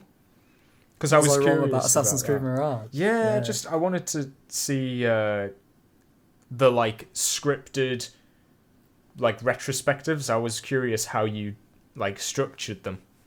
Yeah. Interesting. Yeah, I thought the Odyssey one was good. I was surprised how much you managed to pack in. Like, it didn't feel like 15 minutes, that video. It felt a lot longer for how much you were saying. Yeah, I mean, that being said, there's a few things that I regret in that one. Oh. Well, just a few just a couple mistakes I made that I think tarnishes the video a little bit. Like I said at the beginning, there's those two guys that will attack you, or you can kill them or spare them, and then that's it. Whereas people corrected me in the comments and said, actually, if you spare them, they'll turn up later, which I actually did not know that. Well, so that's an issue on my. Yeah, but I shouldn't have made that. If I'm going to say something in a video, I should get it right. So, but other than that, yeah, I was pretty happy with that video. It's still getting views. Do you read the comments? They're very no, I don't very think I much. Well, a lot of people that watched that video love Odyssey, so you can imagine the comments I got. I don't think you would. Thing, though, I mean, you did say you didn't like it quite a lot throughout it. Yeah, I pretty much said this game, like without saying it, I pretty much said that this game's not very good because I said like the choices don't mean anything. The dialogue choices are meaningless. I think you did it in a nice way. The world looks nice, but there's nothing in it. I think you could have tricked people in the way you were saying it, though, because I feel like you were saying it very, very light-heartedly. I mean, I was trying to be fair. Like, I was trying to say, like, with that said, I understand why you like it, and I understand it's just not my type of game. Like, that's it. And I think, yeah, that's kind of how it was. But did you watch the any other ones? Or? I need to have a look. Yeah, it was earlier in the last week. I was going back in the car, and I was like, oh, you know what? I wanted to, because I feel like I've not watched a majority of your like best videos. I've mainly watched your news stuff like as it's came out. It's natural to the same for you though. You know, when it comes to your channel, it's just like when we're in that content race of getting all the news out, I'm like watching everyone else's. I always watch like the Hidden Ones video and I'm like, oh, he's saying everything I did but better. And I always get annoyed because I'm like, oh, he's saying exactly the same thing, but it's like scripted and. But like you've done videos like why the parkour sucks. I probably need to watch that one. Do you know what? That was I enjoyed that video. I watched that back recently and I thought, although I made that game, sorry, I made that video before the game came out, it still holds true very much. Yeah, but anyway, to scroll through. But yes, sorry, we should probably enough move yapping on. about me, man. Let's talk about you. Oh dear.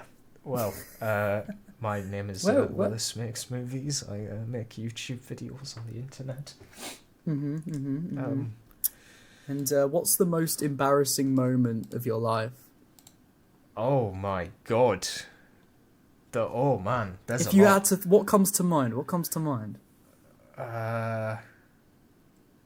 I know something does. You're just wondering whether you should say it or not. Probably some drunk antics. Oh yeah. You ever fallen over in the club and embarrassed yourself? Not in a club. Really? Oh, I tell you what, this was quite embarrassing. I got so drunk at a friend's house one time that they 4 people had to carry me out by each limb. Each limb? Like somebody was holding my arm, some on the other arm, legs, just carried straight out into the middle of the street. And how did you get to that state? Whiskey.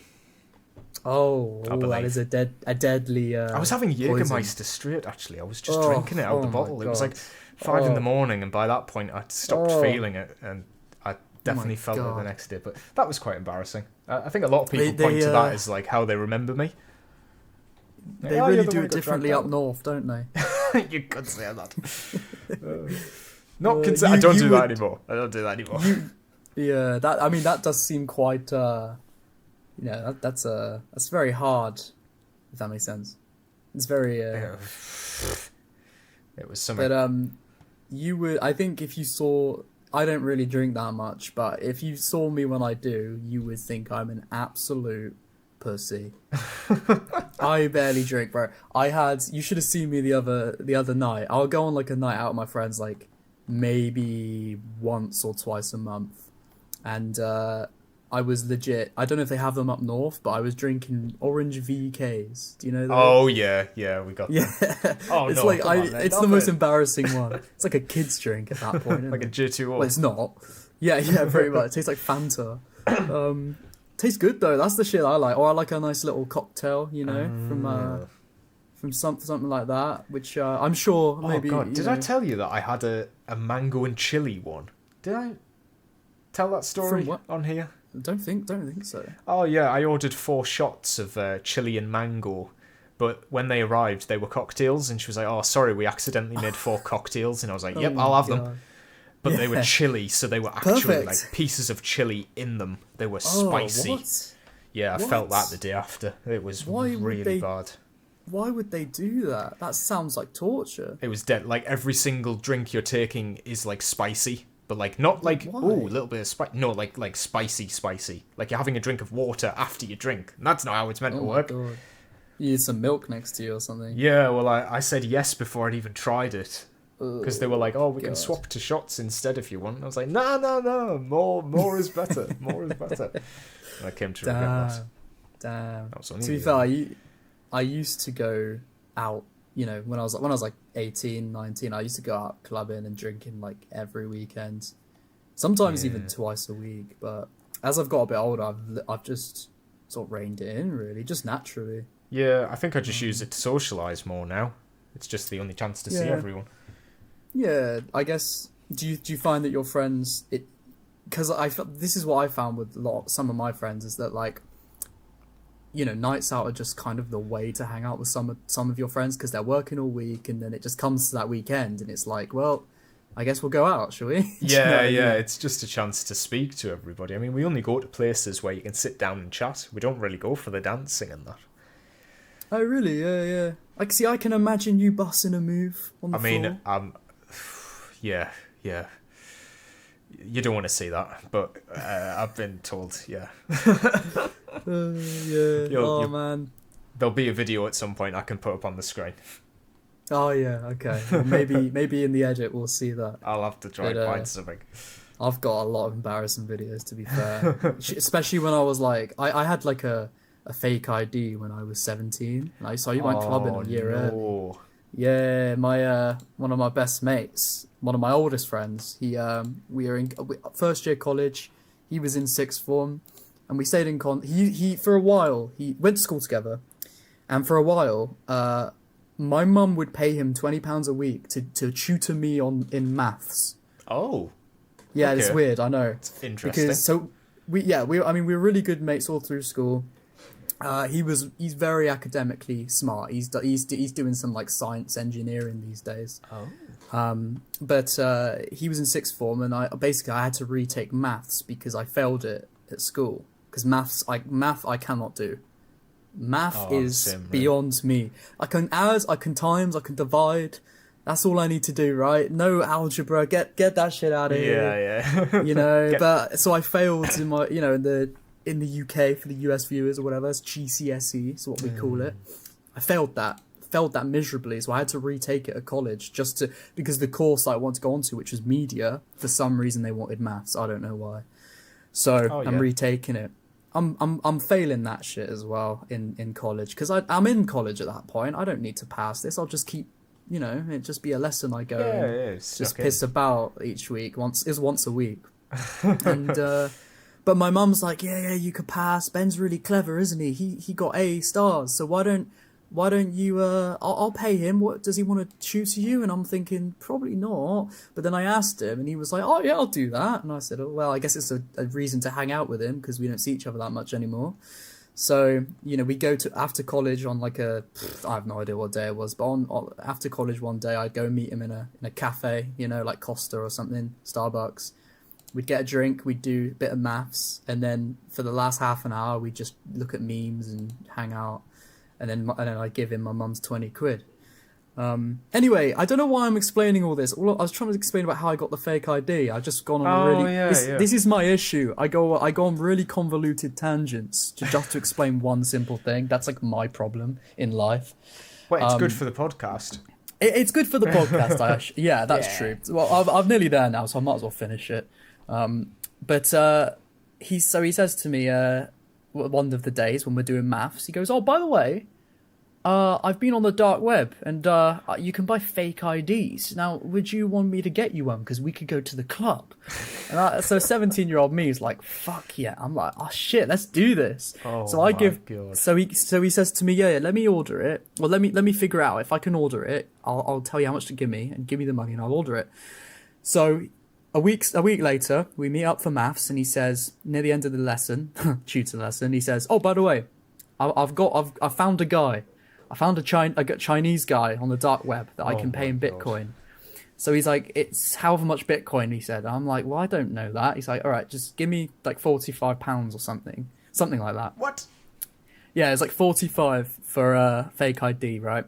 So he has to buy it in a batch, because if he bought it in a batch, there was like a special discount if you buy it in a bundle.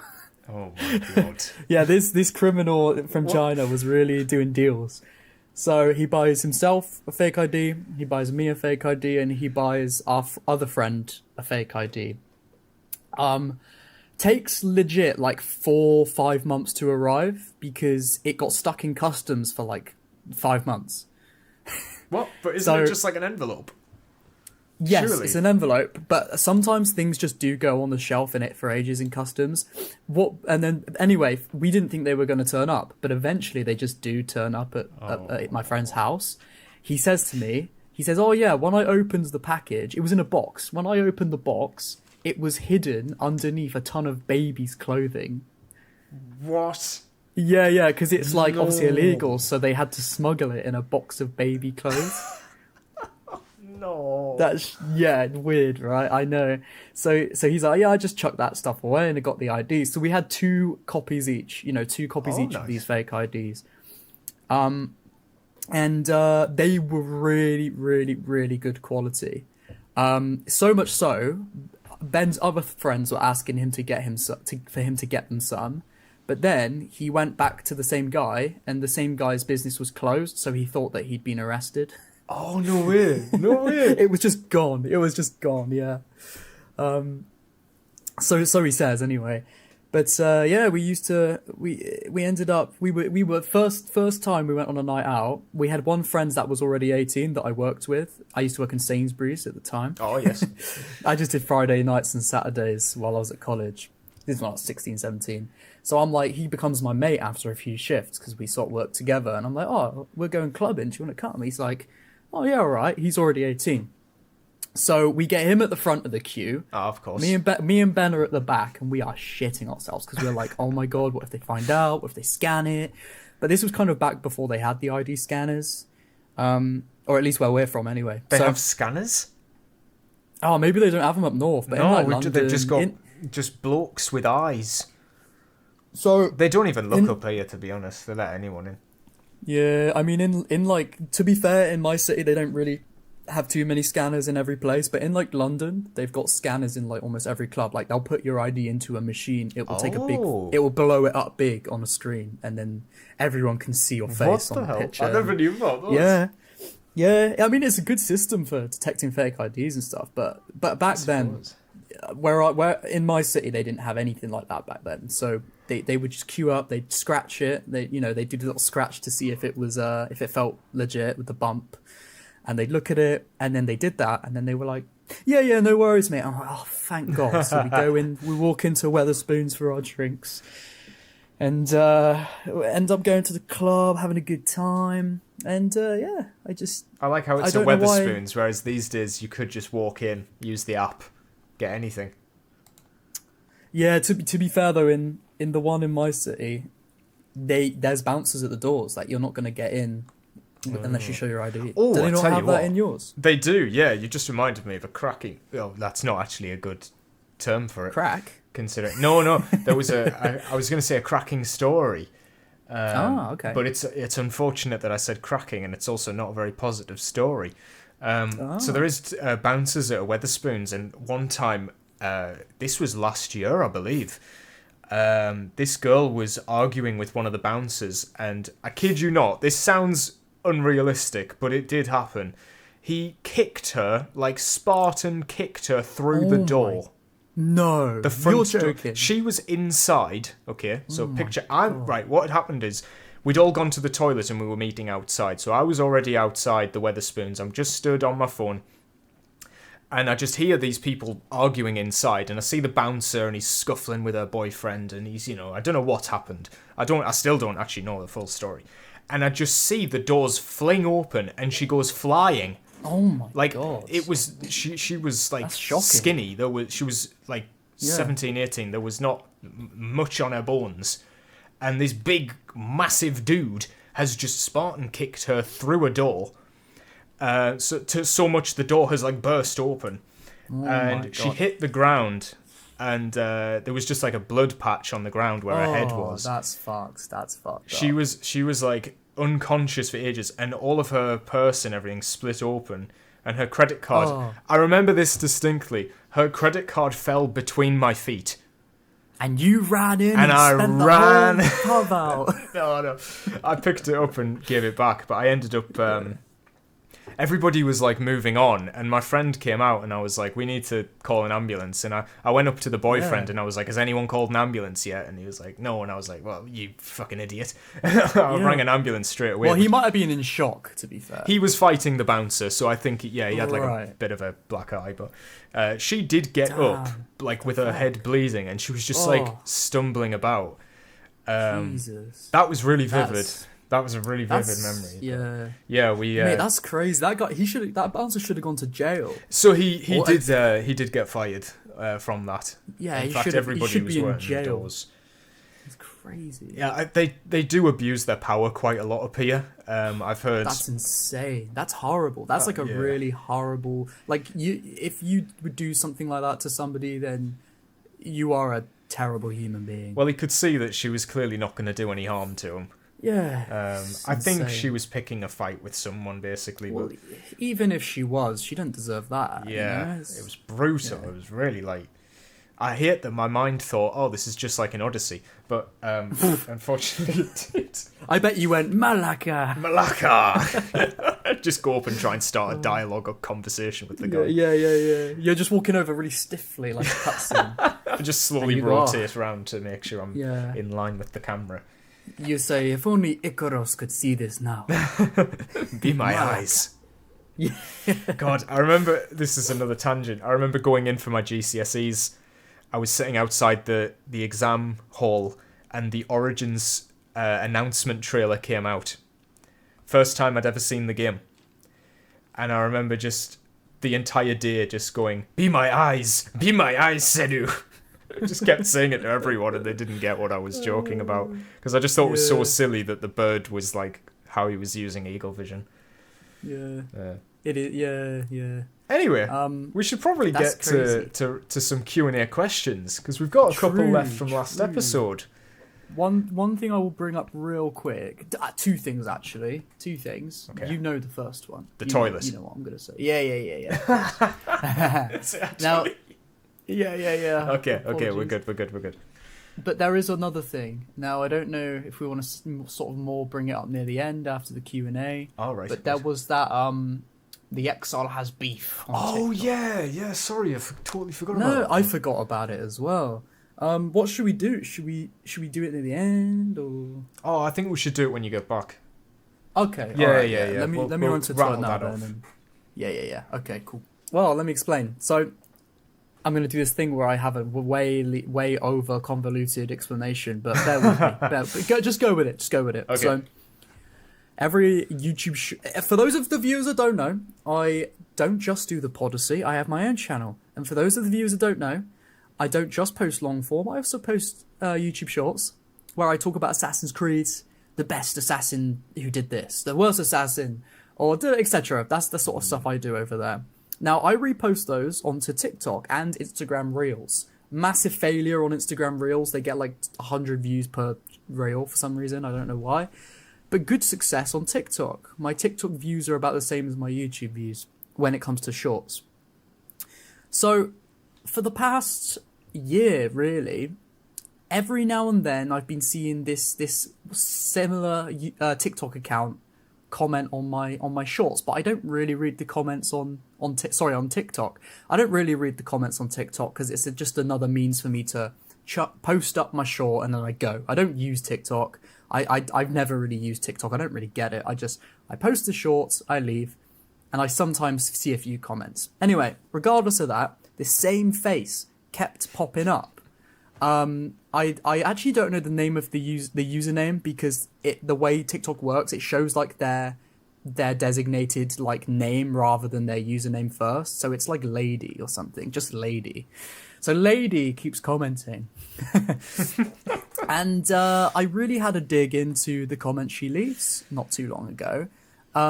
She made a comment about, it's always revolving around Alexios and Cassandra.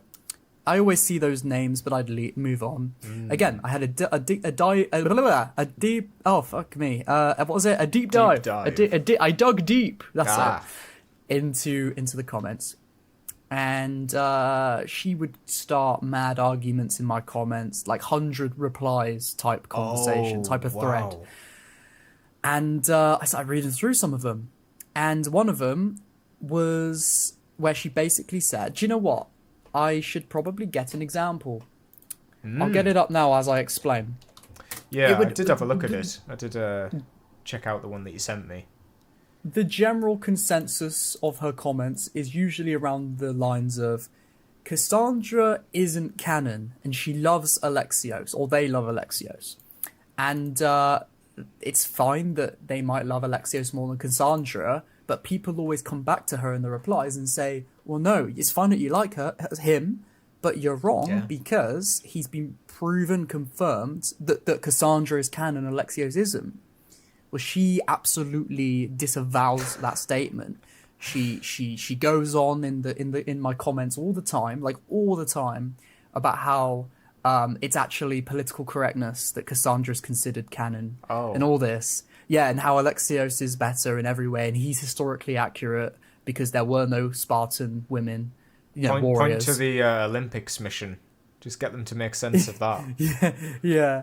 And it's like, okay, I understand that you love Alexios and you absolutely hate Cassandra for some reason, but, you can't deny the facts. This is a video game. This is a fictitious video game where the developers have decided that this female character is the canon option. What's wrong with that? You can say I disagree and move on, but she just does not leave it. Now I'm trying to find an example real quick. Here we go, perfect. So I did a TikTok video called "How Old Was Every Assassin When They Died," and Lewis, I'll send you a screenshot of the stuff for the edits. Pop it on the screen. So this is when she really, really hit my radar. I'd seen her before, but she only hit my radar with this comment. If I can post it in the chat, and then I'll read it out to you, so we can read it together. Have you got it? Oh, I see. Yeah, I've got it. Interesting, that one. She says, I'll say they say, because I don't know anything about her. I don't, so I'll just say they. Yeah. They say, nah. So anyway, I said Cassandra died when she was over like 3,000 years old or something, because obviously the ending of Odyssey. Yes.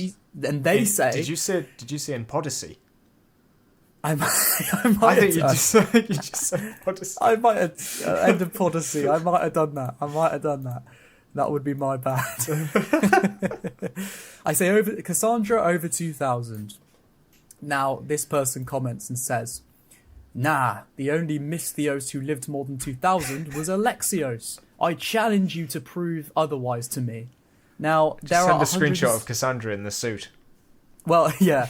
Well, there are 173 replies to this comment. Oh, I didn't see that part. Just tons and tons. People saying, like, how he or she... Oh, that's just somebody not knowing how they live so long.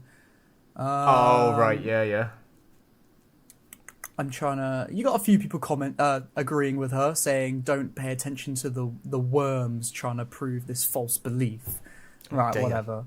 The only point I will argue, like, that they could have a point is Ubisoft like deciding which character is canon. That is a little bit weird to do in a game with choice. I mean, I don't hate the fact that they did it. I don't mind that Cassandra's canon.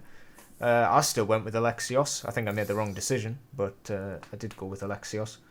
Yeah, exactly. Well, it's like it's fine you can think what you want, but the fact remains that the canon option's the canon option. She keeps trying to fight against the truth. She, like, for example, in her own replies, she said, "My opinion starts from my opinion starts from 3 facts that cancel your 3 messages," which was so. I think that's a reply to me. 3 facts. Let's hear the facts. So I replied to... Okay, yeah. So I'm trying to find it because there's hundreds of replies. I'm trying to find my reply here. And don't worry, guys. We're not just bullying someone. She's made a big dig on me, so we're gonna react to that. I'm giving the context. Yeah, there's a bit of personal vendetta here. I'm giving the context. I'm just loading up hundreds of replies that only loads 5 at a time. So bear with me. Oh, here we are. Here's my reply. Here we are. Okay. Here we are. So I had to send, because you can only do a limited amount of text in a reply on TikTok, I had to send 3 messages. So I said 1. They were, so basically her comments were basically, she kept going on and arguing with people saying, no, it's the political correctness and why was Alexios on the marketing? Because he's canon, this and that. And they only changed it after the fact. So anyway, I replied to her and I said, 1, they being Ubisoft, were accused of misogyny because of allegations of SA within Ubisoft. Also, no matter what you want to believe, they have officially stated Cassandra is canon. I'm sorry, she just is. I'm sorry if it upsets you. So just for a bit of explanation there, I was basically saying, due to what came out as alleged misogyny within the workplace and SA allegations, that basically leads into why they were promoting Alexios to be on the marketing rather than Cassandra, but that doesn't take away from the fact of what the game suggests. So then I do a part 2 to that as well. I'll just send that in the chat for you as well. And then part 2, I say... Oh, that's 3. There's 2. I say, quote unquote, women don't sell, is what they said. Yet the game devs knew the character they wanted as canon. And I'm guessing if it weren't for misogynistic men, they'd have never added Alexios as playable. That's my opinion, of course. Which I'll send that in the chat for you. We're getting there, guys. We are getting there. It's gonna have a big. That's an interesting one. If it wasn't for misogynistic men, Alexios wouldn't have been playable. That's kind of how I saw it at the time. And then 3 out of 3 of my reply is, it's fine if you prefer Alexios as a character and don't like Cassandra, but it makes you look bad when you argue that everyone is wrong and you exclaim your opinion as fact. Oof. Which I thought was quite... I should have just said that, really. I need to start beef with someone by the looks of it. Why do I not get any of these stories where I'm like beefing with someone? Somebody give me some hate. Give me some hate, somebody. Well, really, I should have never replied, and I never usually do, but she just kept going on, and I was like, I've got to once say... it reaches a point, you do have to step in. I have had to do that before. Yeah, and I was trying to be nice. I was just trying to say how the facts were. Well, exactly. You're talking about the character. Like, it's still about the topic, you know what I mean? It's not like you're saying, oh, you're ugly or something, you know what I mean? Like, it's relevant. Course. It's a relevant comment to make. You're just talking about the franchise. Yeah, it was more of a debate, really. I thought I'd weigh in on it. And granted, looking back at my replies, the way I replied is very much within the context of all of the people arguing with her, so it might seem a bit weird the way I've worded it, just solely as they are these replies. Mm-hmm. But that's the gist of it. Anyway, that really kicked this account off. This account decided... and I only found this the other day, to make a response video to me, which is it's absolute, it's gold, it's brilliant, I love it. Yeah, I think that account's interesting. Well, actually, yeah. The whole account is something, all right, that's for sure. Now, what I'm thinking is, we want to show these as we react to them because they're funny as hell. But. A lot of it contains copyright music, so what I'll do, just to save you time, Lewis, I can do this. I'll screen record I'll download these TikToks, but then I'll take the music out in AI and just replace it with something random, and I'll just send you those. All right, if you want. I mean, I do have background. I've got like a music remover on CapCut. I pay for the you pro do? version of it, so I don't know if it would work too well. But if not, I can just We'll figure it out. yeah, I can maybe just summarize, just put something on screen summarizing what they say. Well, I feel like we need to show it because I feel like just for the viewing experience, I feel like we've built it all up. I feel like we need to show them. Like the people need to see this. You know? Okay. Well, we'll I'll try and mute it separately, and if there's any issues, I'll just ask. Okay. If you can take over. I'll send you the link to the TikTok that she made that she reacted to, or whatever you want to call it. Oh man, I just remember that AI like face stretch thing that they've done. Yeah. It's really weird. It's kind of creepy. Yeah, I know, right? Okay, so let me know if shall I count down and yeah. Let's have a watch. I need to watch this again. Okay, all right. Are you ready to play when I say one? Oh wait, let me just check when I click it. It's gonna play. Yeah. Okay. God, they play it like in slow motion. Okay. Yeah, I know. I'm It's great. hovering. It's great. Okay, 3, 2, 1. Cassandra means protector. Like for more. Bullshit. The name Cassandra derives from Kakasmai, which means to excel, shine, and Aner, which means man, so the correct meaning of her name is brilliant man or excellent man. Instead, my name, as the user explained it well, means protector. Okay. With that classic Can song. someone AI us doing that? Yeah, that would be We'll do a hilarious. response, but it's actually like my voice coming out of your AI movements. Yeah. And the caption to this video was, "At the exile, please don't lie to your followers trying to validate her with BS." I didn't know you were tagged in it. Yeah, she tagged. They tagged me. It's and they free reign. Yeah, I know, right? Look at the. Can you see? If you click on it through the browser, you'll see. I mean, I'll send you a screenshot. Yeah, I'll I'm just send not on the browser. 1 second, let me do that. Well, I can just send you a screenshot real quick because you probably will want to put it in the edit Yeah, I'll as need well. it for the video anyway. Do you know what was funny when we were doing the people gotta last see video? this. Yeah. You know when we were reading the comments from your podcast, I thought I'd forgotten to screenshot those. There was like a whole bit where I was like, oh, am I going to have to cut this whole section out because I forgot to go and get the screenshots, but then I found them in a different folder. You found them. Oh, nice, yeah. But At the exile, so please don't lie to your followers trying to validate her with her. I think he means Cassandra. Like you're trying With to validate BS. Cassandra, but she's not. Do you know what I mean? Like she's trying to say Alexios is valid. Who's but the Cassandra's person not. that's tagged in it?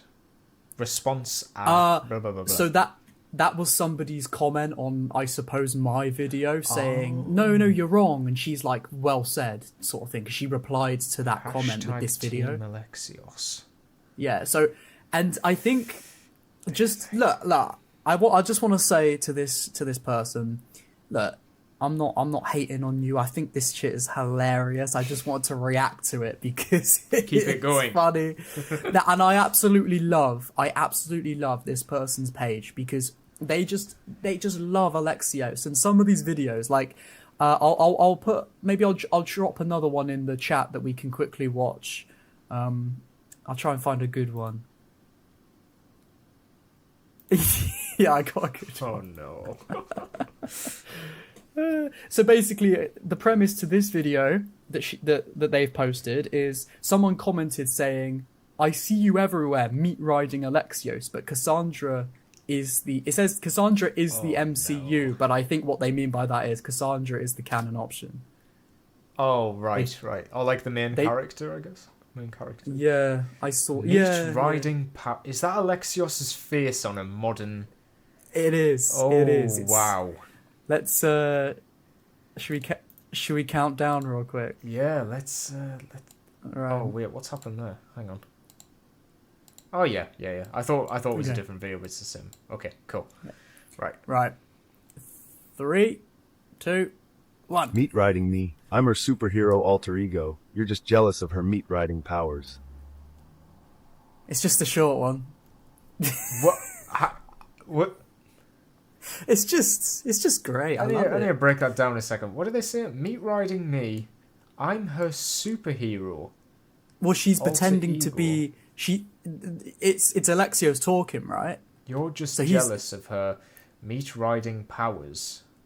And then Alexios responds, meat riding me? Nah, I'm her superpower something. Oh, right. So you You're think just this jealous. person is meat riding me? I'm the person that... Oh, I am that person. Wait, what? Lady... No. Lady thinks that they are Alexios. Alexios is the superhero persona.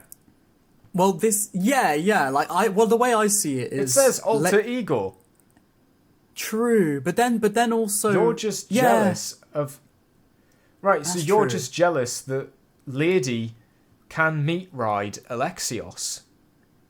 And then That's what I'm getting from that. Alexios/Lady says, you're jealous of my meat riding powers. Well, Yeah, and then we get an epic CapCut outro. Yeah. I've got to find you one more. I found this one the other day and it was the best thing. Hang on. There's like effort put into these though. They're not just like like random AI generated videos with stuff over. Like this has been properly thought out. Yeah, and that's why I love them. Like they're all Yeah, all I feel of like them this are is a just joke. I don't know. hilarious. I can't love tell. it.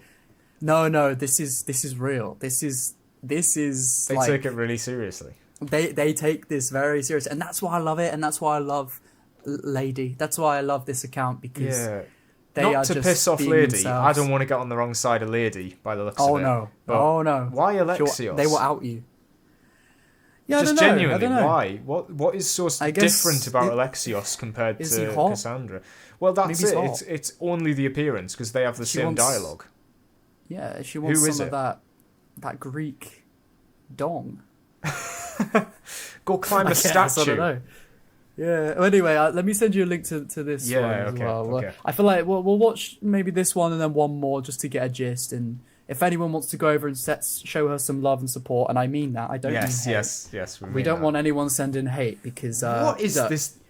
She's wrong, but she's funny, so we love her. Yes. I know, right? Let's watch it. Okay. Shall I count down? Yeah. Right. 3, 2, 1. If Ubisoft says it, it must be true. It's just... That's it. That's it. So, hang on. Let's break this down a second. Okay. So, what do they say? So somebody commented to her, She's the female protagonist. Okay. no, she isn't. It's the only female protagonist in the novel. They're saying the novelization There's a novel? was Cassandra. Yeah. There's a novelization of Odyssey, and Cassandra is the protagonist. Oh, whereas I didn't know that. Alexios is Deimos, right? Yeah. Well, I figured that was the canon.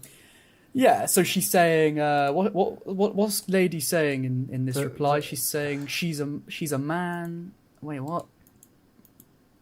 She's She's saying, if Ubisoft says it, it must be true. But then it's like, I know you're being sarcastic, but yeah, like if Ubisoft says it, like it is true. I mean, I understand, the power of people like fan fiction and taking, characters and ownership of characters being a bit of a contentious point.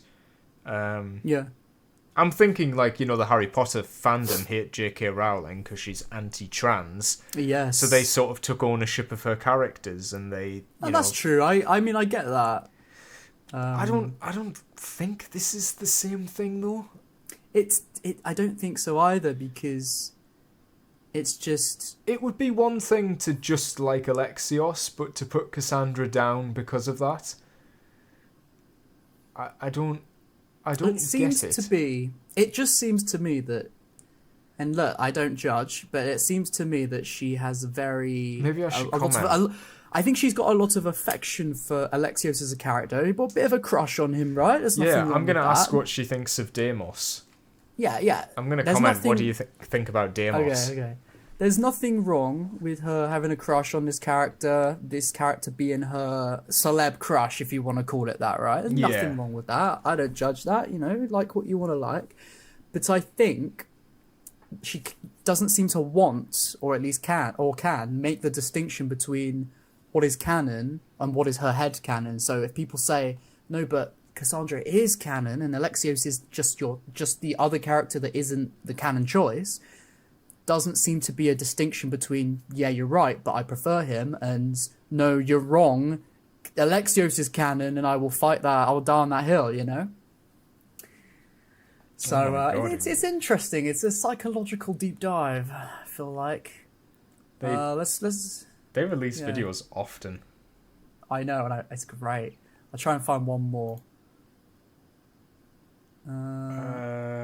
There's a few that aren't Assassin's Creed. These are strange. I'm just watching one of them. They're all funny. That's the thing. Like, which one do we watch? Okay. 3, 2, 1. Wow. This is 21 seconds. This is amazing. Yeah, I know. It's great. The faces.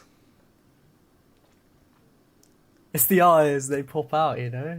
That was really. That was more animated than her face in the game. Yeah. And you know what though? There's nothing wrong with that. No. You know, she likes to look at it. There's nothing wrong with that. You know. That's okay. Slay queen. Yeah, like, go for it.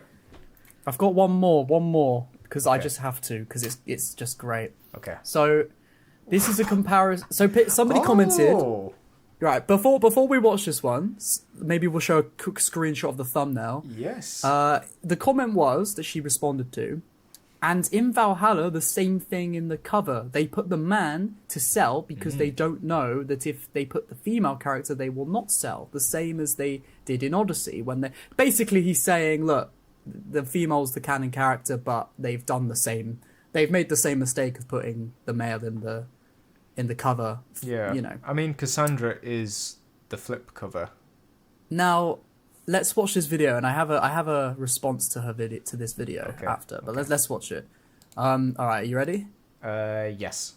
All right, 3, 2, 1. Oh wait, God, no, flash... wait.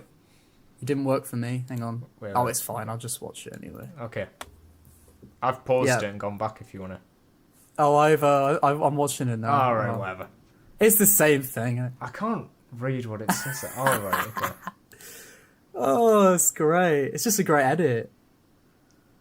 So, do you see what she's trying to say? She's trying to say, and this is the reason why, because the novelization has Cassandra on the front and it only sold 1 million copies. But the video game had Alexios on the cover and it sold 10 million.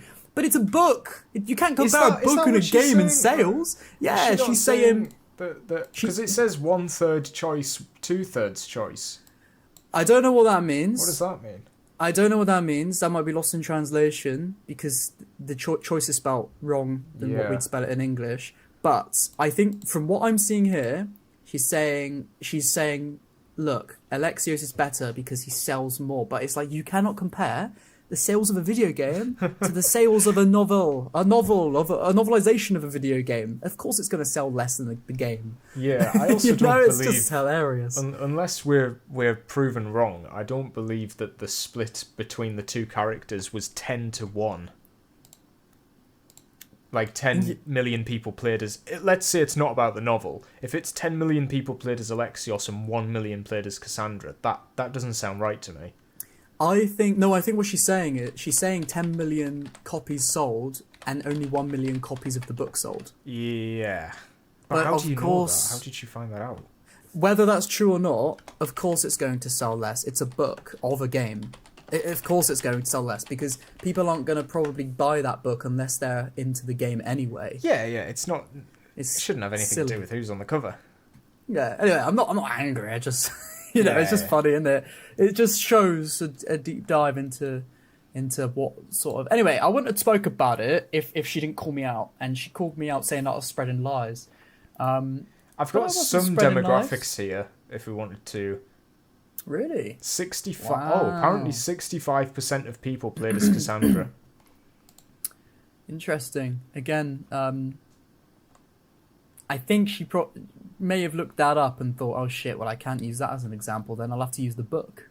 Yeah. Oh, maybe. I think Lady, she they know the truth really, but they can't allow it to be the truth. But listen, Lady, here's my advice for you. Listen here, lady. That's because I don't know your name, and your display name says Lady. Yeah. Here's my advice. You don't have to take it, of course. There's nothing wrong with loving Alexios. Nothing wrong with that, you know? He is a sexy man. Let's be real. There's no problem with that. But, and there's also nothing wrong with fighting your case for why you think he should have been the canon option. Nothing wrong with that. It's your opinion. It's your prerogative. But the thing is, Cassandra is just stated in many facets of Ubisoft and the games to be the canon player, the canon character that you play as.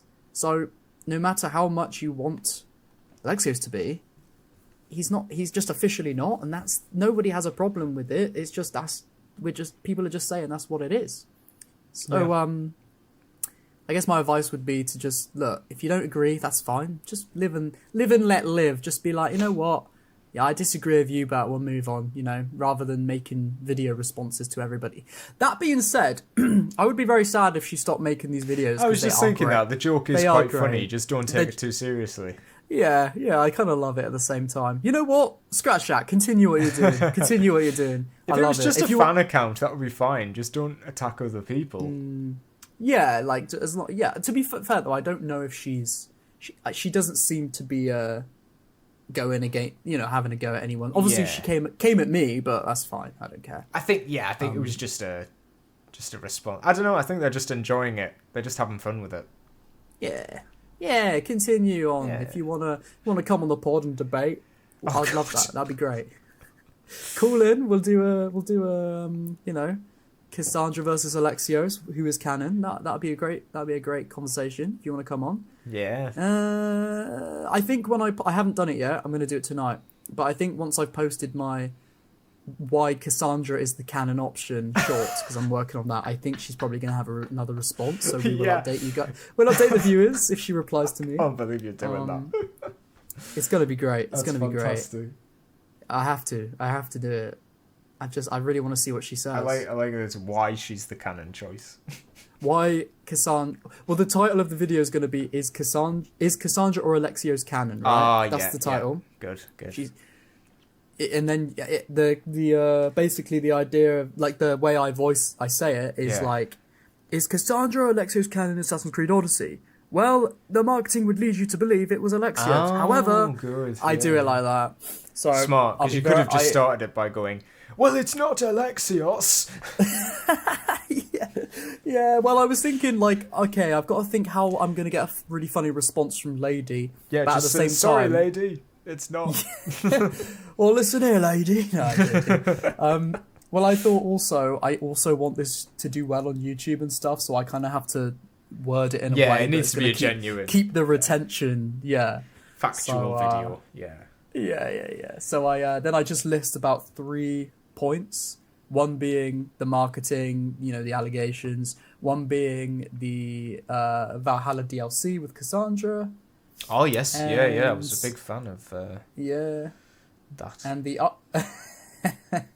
and the other one being there was a Odyssey Reddit AMA years ago where he basically confirmed that Cassandra. Lady was taking over my vocal cords. Lady Cassandra. Where he confirms that she is the canon choice. He says, like, this, she's the canon choice. However, it's up to you who you want to. Well, of course, choose. It shouldn't. I don't think there should be a canon choice. I think it's quite funny. They sort of did the same thing with Eivor, where they were like, "Oh, the female version is the canon choice," but like, I don't think anybody likes the female version, so everybody's just like, the fan base has decided that male Eivor is the best one.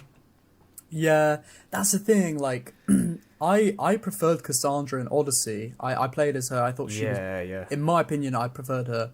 But then in Valhalla, I think it's the voice actor of female Eivor. I wasn't a fan. Yeah, I mean, being able to swap at any time, I did quickly swap over to the female, and it was just dreadful. I couldn't listen to her. That's also another reason why choices don't matter in modern AC. Your first choice you make in the entire game is meaningless because you can switch at any point. Yeah, I mean, I would have liked to have, because when I started playing as Alexios, it took me like 20 hours to realise, yeah, I think I've made the wrong choice here. I would have liked the chance to just swap it. Yeah, I don't know. For me personally, it just makes me wonder. It's just weird. I don't know. If they were actually two different characters, like Alexios and Cassandra, then I could understand it. But yeah, I don't know. It just I think that was a feature added later on. I don't think you could do that straight away. Oh, in Valhalla, really? Yeah, I think they added that because I never recall being able to change. Oh, really? Yeah, I think they added it maybe a month or two down the line. Oh, well, you can definitely do it, because I remember... I know you can do it. Yeah, I've seen it, after the fact. I've been able to do it. But It's that female Eivor is just awful. It's a shame. Really bad. Yeah. But the male one, fantastic performance. It's nice. Well, he's done... he was a character in The Last Kingdom, he was a Viking in that. A really good character. Like, he's got that Viking experience, I'm not saying the female voice didn't. Yeah, see, that's the thing. I like that the male actor has like a bit of a softer voice. He doesn't sound like the stereotypical Viking. He sounds like a human being. Whereas the female one is just going for like, I'm a Viking. Yeah. And it's like, what are you doing? Yeah. I wonder what she actually sounds like. I might have a Google, just see what the actress actually sounds like. Maybe you just really insulted her. Maybe that's just her voice. I feel bad if that is actually how she sounds, because it sounds like she needs like a glass of water all the time. Yeah. But, I suppose you could say the same for like Roshan. But... Yeah. The stage is yours, Basim. Yeah. Basim. Yeah, I always said as a joke, and again, no offense to the actual actress, because I don't know why this is her voice. Maybe it's due to some, I don't know. A couple of cigarettes, I think. That's what I said. I said, has Roshan been smoking a pack a day? That's yeah. Definitely a bit of ye olde tobacco. Yeah, incense. there's a reason they called them hashashins, right? Back in the day. Oh man. When are we gonna get like stoner assassins? That would be cracking. Oh my god. Brilliant. With like Shaggy from Scooby-Doo's voice. Shaggy as an assassin. Joinks! Yoinks! Like Scoob! Yeah. Like, oh my god, I just Where's assassinated the him! Templars? Yeah. From your point of view, the Templars are evil. I can't do his voice at all. I can't do his voice. Yeah. I'm trying to think of something. Yeah, there'll be like a DLC where Desmond walks in holding Scooby-Doo with a assassin robe. Or it might be like teenage Desmond as a stoner, like he's got the long hair, like long hair Desmond, and he's just like... Oh, do you know what? We take the piss out of this, but imagine how funny it would be where they actually do a DLC where they do Young stuff. Desmond is like a really cool guy. Oh, it would be the funniest thing. Like, he's skating around, he's smoking weed, and there's like a mini game where you can skate through the streets. Yeah, I like away work at a from... bar on the evenings.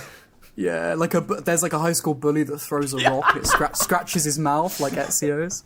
No, he like chips it on the glass when he's pouring a pint or something.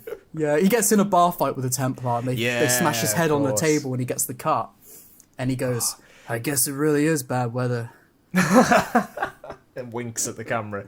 Yeah. Actually, you know what this really leans into? I know we've overstretched in terms of doing continuing our Q&A. Oh shit, I completely forgot about that, yeah. But because this segues in so well, I think we should maybe wrap up this episode with a question submitted from the viewers. Okay. I just think this question in particular, maybe we could just do like one every episode, that kind of... or a couple every episode, yeah. We are working on that email thing. We should say that as well. Yes. I think, shall I just make it tonight? Just because otherwise it's going to be one of those things that we just don't do, isn't it? Yeah. We're just going to keep saying we're going to do it. And then for it. Yeah. Okay, so this was a question that stood out to me. Do you think there should be more what-if DLCs like the Tyranny of King Washington?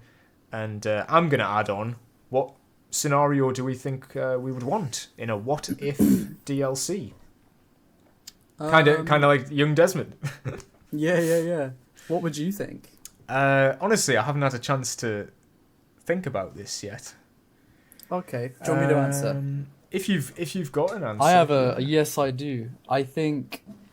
I don't know. I think no. I don't like that, personally. But that's just me. Really? You don't think you would want one? Well, the whole idea... The thing that put me off and made me never play the Tyranny of King Washington was the fact that it was what if. When I realised it was a what if, I was like, oh, well, I'm not really... And I don't know why. I just thought, well, it doesn't matter. It didn't happen, so I'm not really that bothered. Yeah, I mean, it is technically happening in the universe, but imagine if there was an actual AC3 DLC. I don't know. I'm not a fan of what ifs. I know none of it's real in real life, but it's like I like things when they actually have meaning to the overall story. That's just me. That's just me. Something about what ifs. I don't know what it is. That being said, I would definitely watch a Star Wars what if like Anakin, if Anakin didn't become Darth Vader. I would watch shit like that. But I think it's a case of like making cool scenarios. Like Marvel's what if was dreadful because they didn't have any good what if scenarios. Yeah, I didn't bother watching it because I didn't like the sound of any of the episodes. Yeah, and I think the Tyranny of King Washington, I really enjoyed seeing everybody in a different context. Like, the bad guys are the good guys are the bad guys. But like the actual story of that DLC is dreadful. Like every single second of it feels like just, we have the assets, let's just do something with them. Yeah. And it's awful. It really is one of the worst. I actually made a video saying it was the worst DLC. I changed the thumbnail on that. But it did originally say the worst DLC. But that said, I do think like there could be a fun, maybe a fun what if scenario in there somewhere. I'm trying to think of like, what if Edward like joined the Templars for real? Could be an interesting one. Yeah, like and like what if, Adewale is the protagonist of that one. Yeah, like if he never... Oh, you mean like he went and met with them and he was like, oh, actually... Yeah, like what if he never tried to find the observatory? What if he just stayed with the Templars? And then you could have a what if where Adewale becomes the assassin, like earlier. I don't know. Yeah, the only thing with that is though, it's like, in my opinion, if you're going to do a what if scenario, I still think you've got to stick to the foundations of who they are as a character to make it believable. Oh. And you make a good point. Like why is Edward going to stick with the Templars and not search for the observatory? The only reason he searched for the observatory was because he was being greedy at the time, and it leads into his character. But maybe you can maybe there's other scenarios that can be done that still fit that character, just in it, leads him to a different path. I don't know. I don't know. I'm just trying to think of fun what if scenarios. Like, what is there is the obvious choice. What if Arno hunted Shay that everyone loves to wish for? Yeah. Although now I've kind of had that dream crushed because I've looked at the age differences between them. Yeah, and also I think part of Arno's character, I can understand why he didn't go looking for him. Because, well, it's like the way he was. I found he was a very self-absorbed character all the way through, and I think he only seemed to be reactive to like immediate things, and that happened when he was a kid. I just found maybe I'm coping, but I just found him. I thought about it, and I thought I can see why. What was most important to him in that moment. The whole Delaserre thing, this is the whole thing, and then after that, what was most important in that moment? The reaction to how he felt after Elise died, and just doing what he had to do for the assassins rather than going on a whole tirade that maybe another character would have done. I don't know. I just felt like maybe his character wouldn't have felt the need. I don't know. Maybe, but then he never addresses it. That's a problem. There's no evidence for or against Arno's feelings towards his dad dying. He never mentions it aside from having the watch.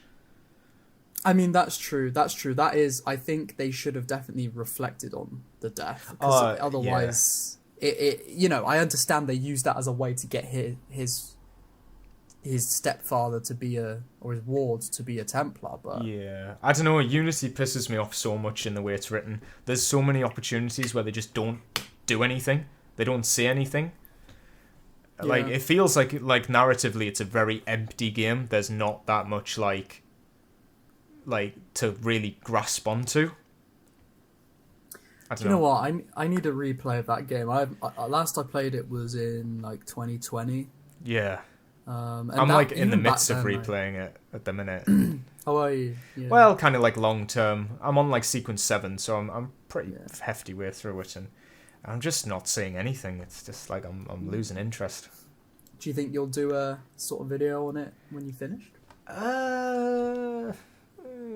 Maybe not Unity.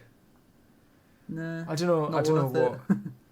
I don't know. I haven't even thought that far ahead. I'm focusing on Shadows really. I'm like planning this Yeah. retrospective before I've even played the game. Yeah. I'm worrying about it too much, where I shouldn't be.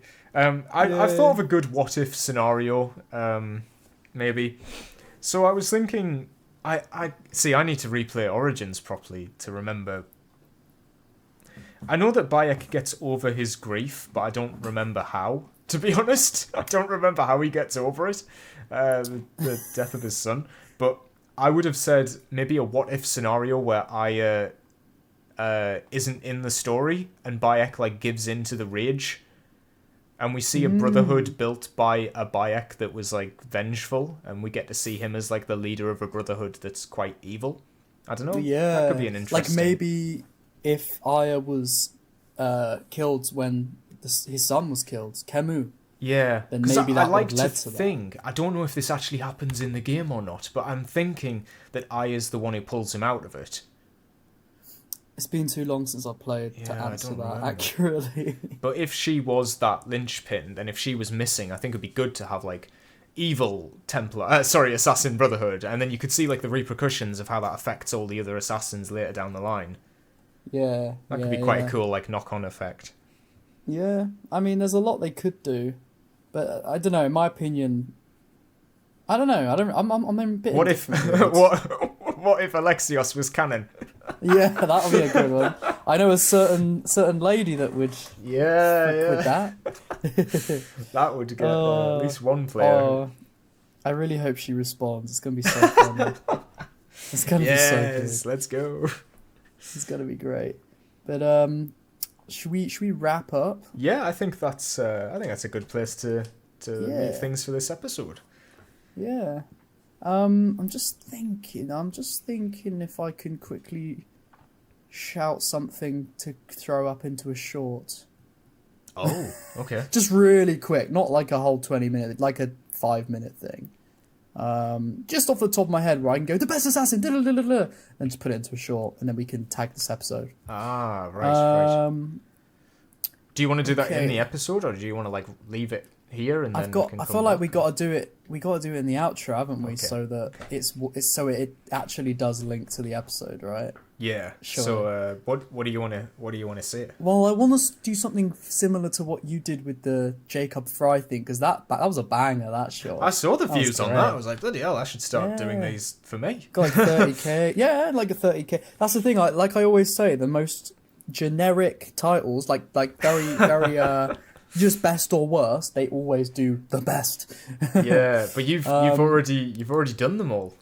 That's true. Have you got a list of like other ones to do? Do you come up with them like on the spot, or do you just like No, list I've it? got lists. I usually ask ChatGPT, like, can you give me some more ideas? They'll give me some, not scripting, I'll script it, but like they'll give me title ideas, you know, right. I might be like, how did I not think of that? The best hidden blades. I get ChatGPT to do my tags for every video. Oh, that's a good idea. And yeah. my, I just copy paste. Yeah, I do. Well, I do have like a template, but I usually tailor them to whatever the video is. So if it's Shadows, I'll ask it to produce like 500 characters worth of YouTube tags for Assassin's Creed Shadows. Yeah, fair enough. Sometimes it does my descriptions as well, so I don't advise you read any of my YouTube descriptions ever. They are all I bet it says poor. like dive in. Oh, they're awful. They're awful. Let me read you a random one here. In this video, we delve into the latest insights on the open world exploration. Wow. Actually, that sounds like one I've written.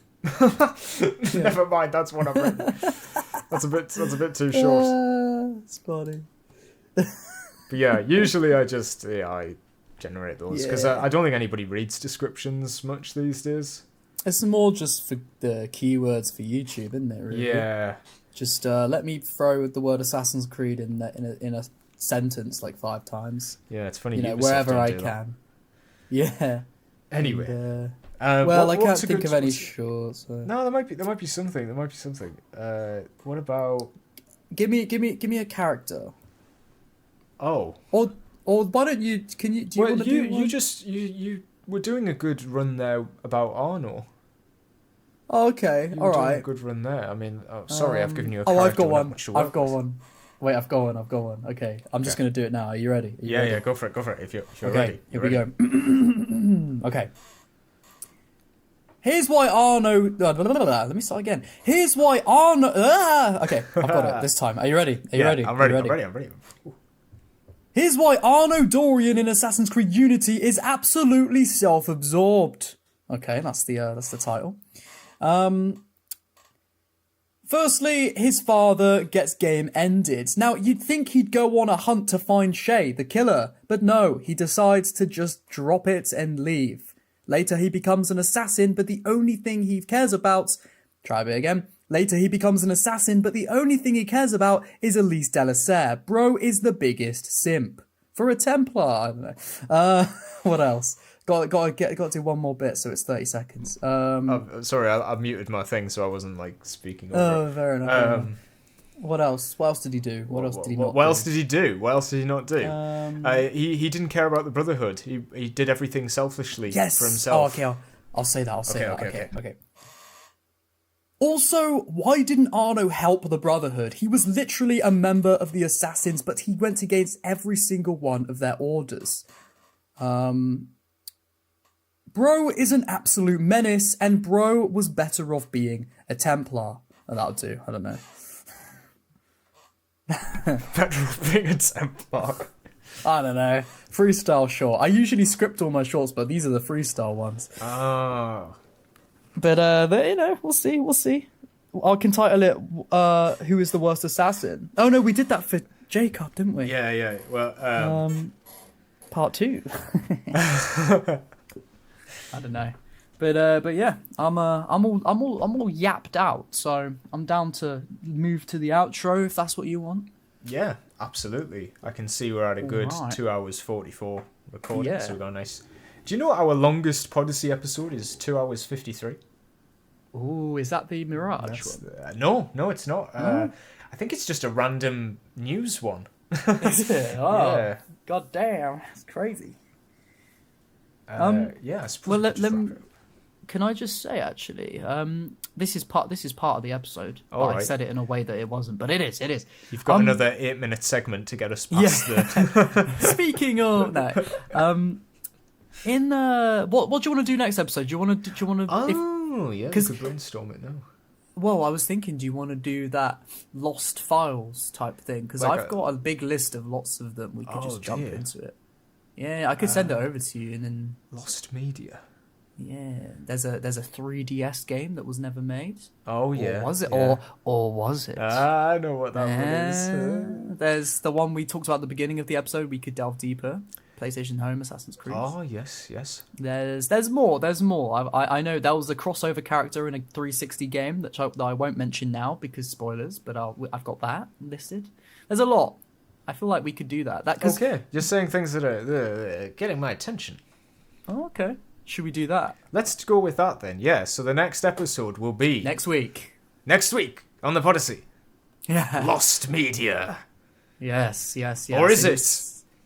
Or is it? Yes, it's lost, but it's rare media, right? Rare media. Yeah. Rare and lost Assassin's Creed games or something. Look out for that next week, next Sunday. This was this week's this Sunday. This and Sunday. We hope you enjoyed. Oh, that week went quickly. It did indeed. It's Monday for us now. Yeah.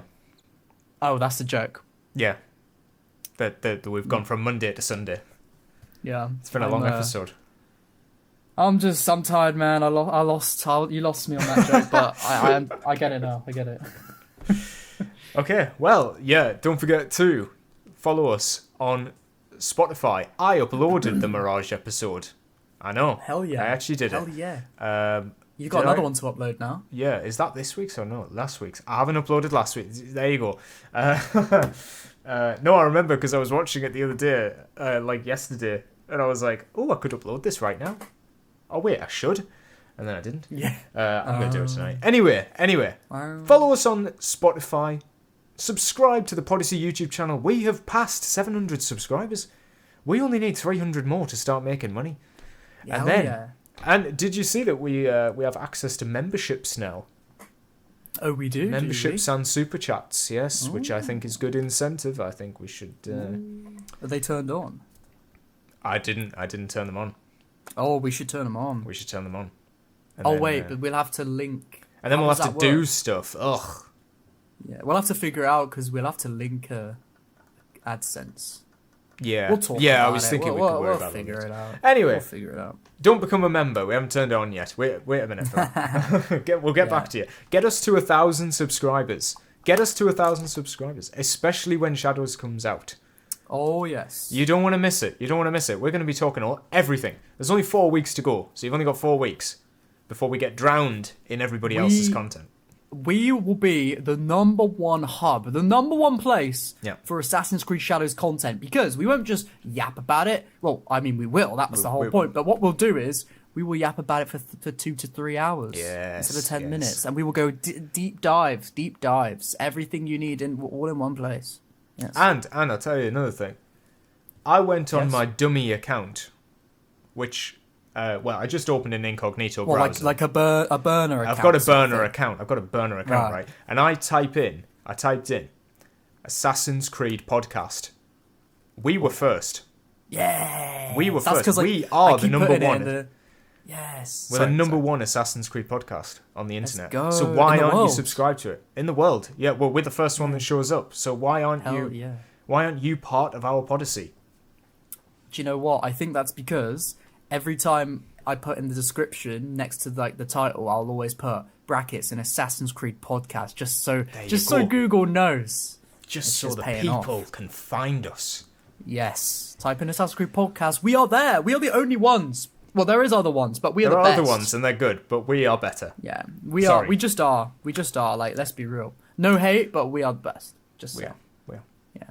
So, like this episode, stay tuned for next week, and we will see you next time.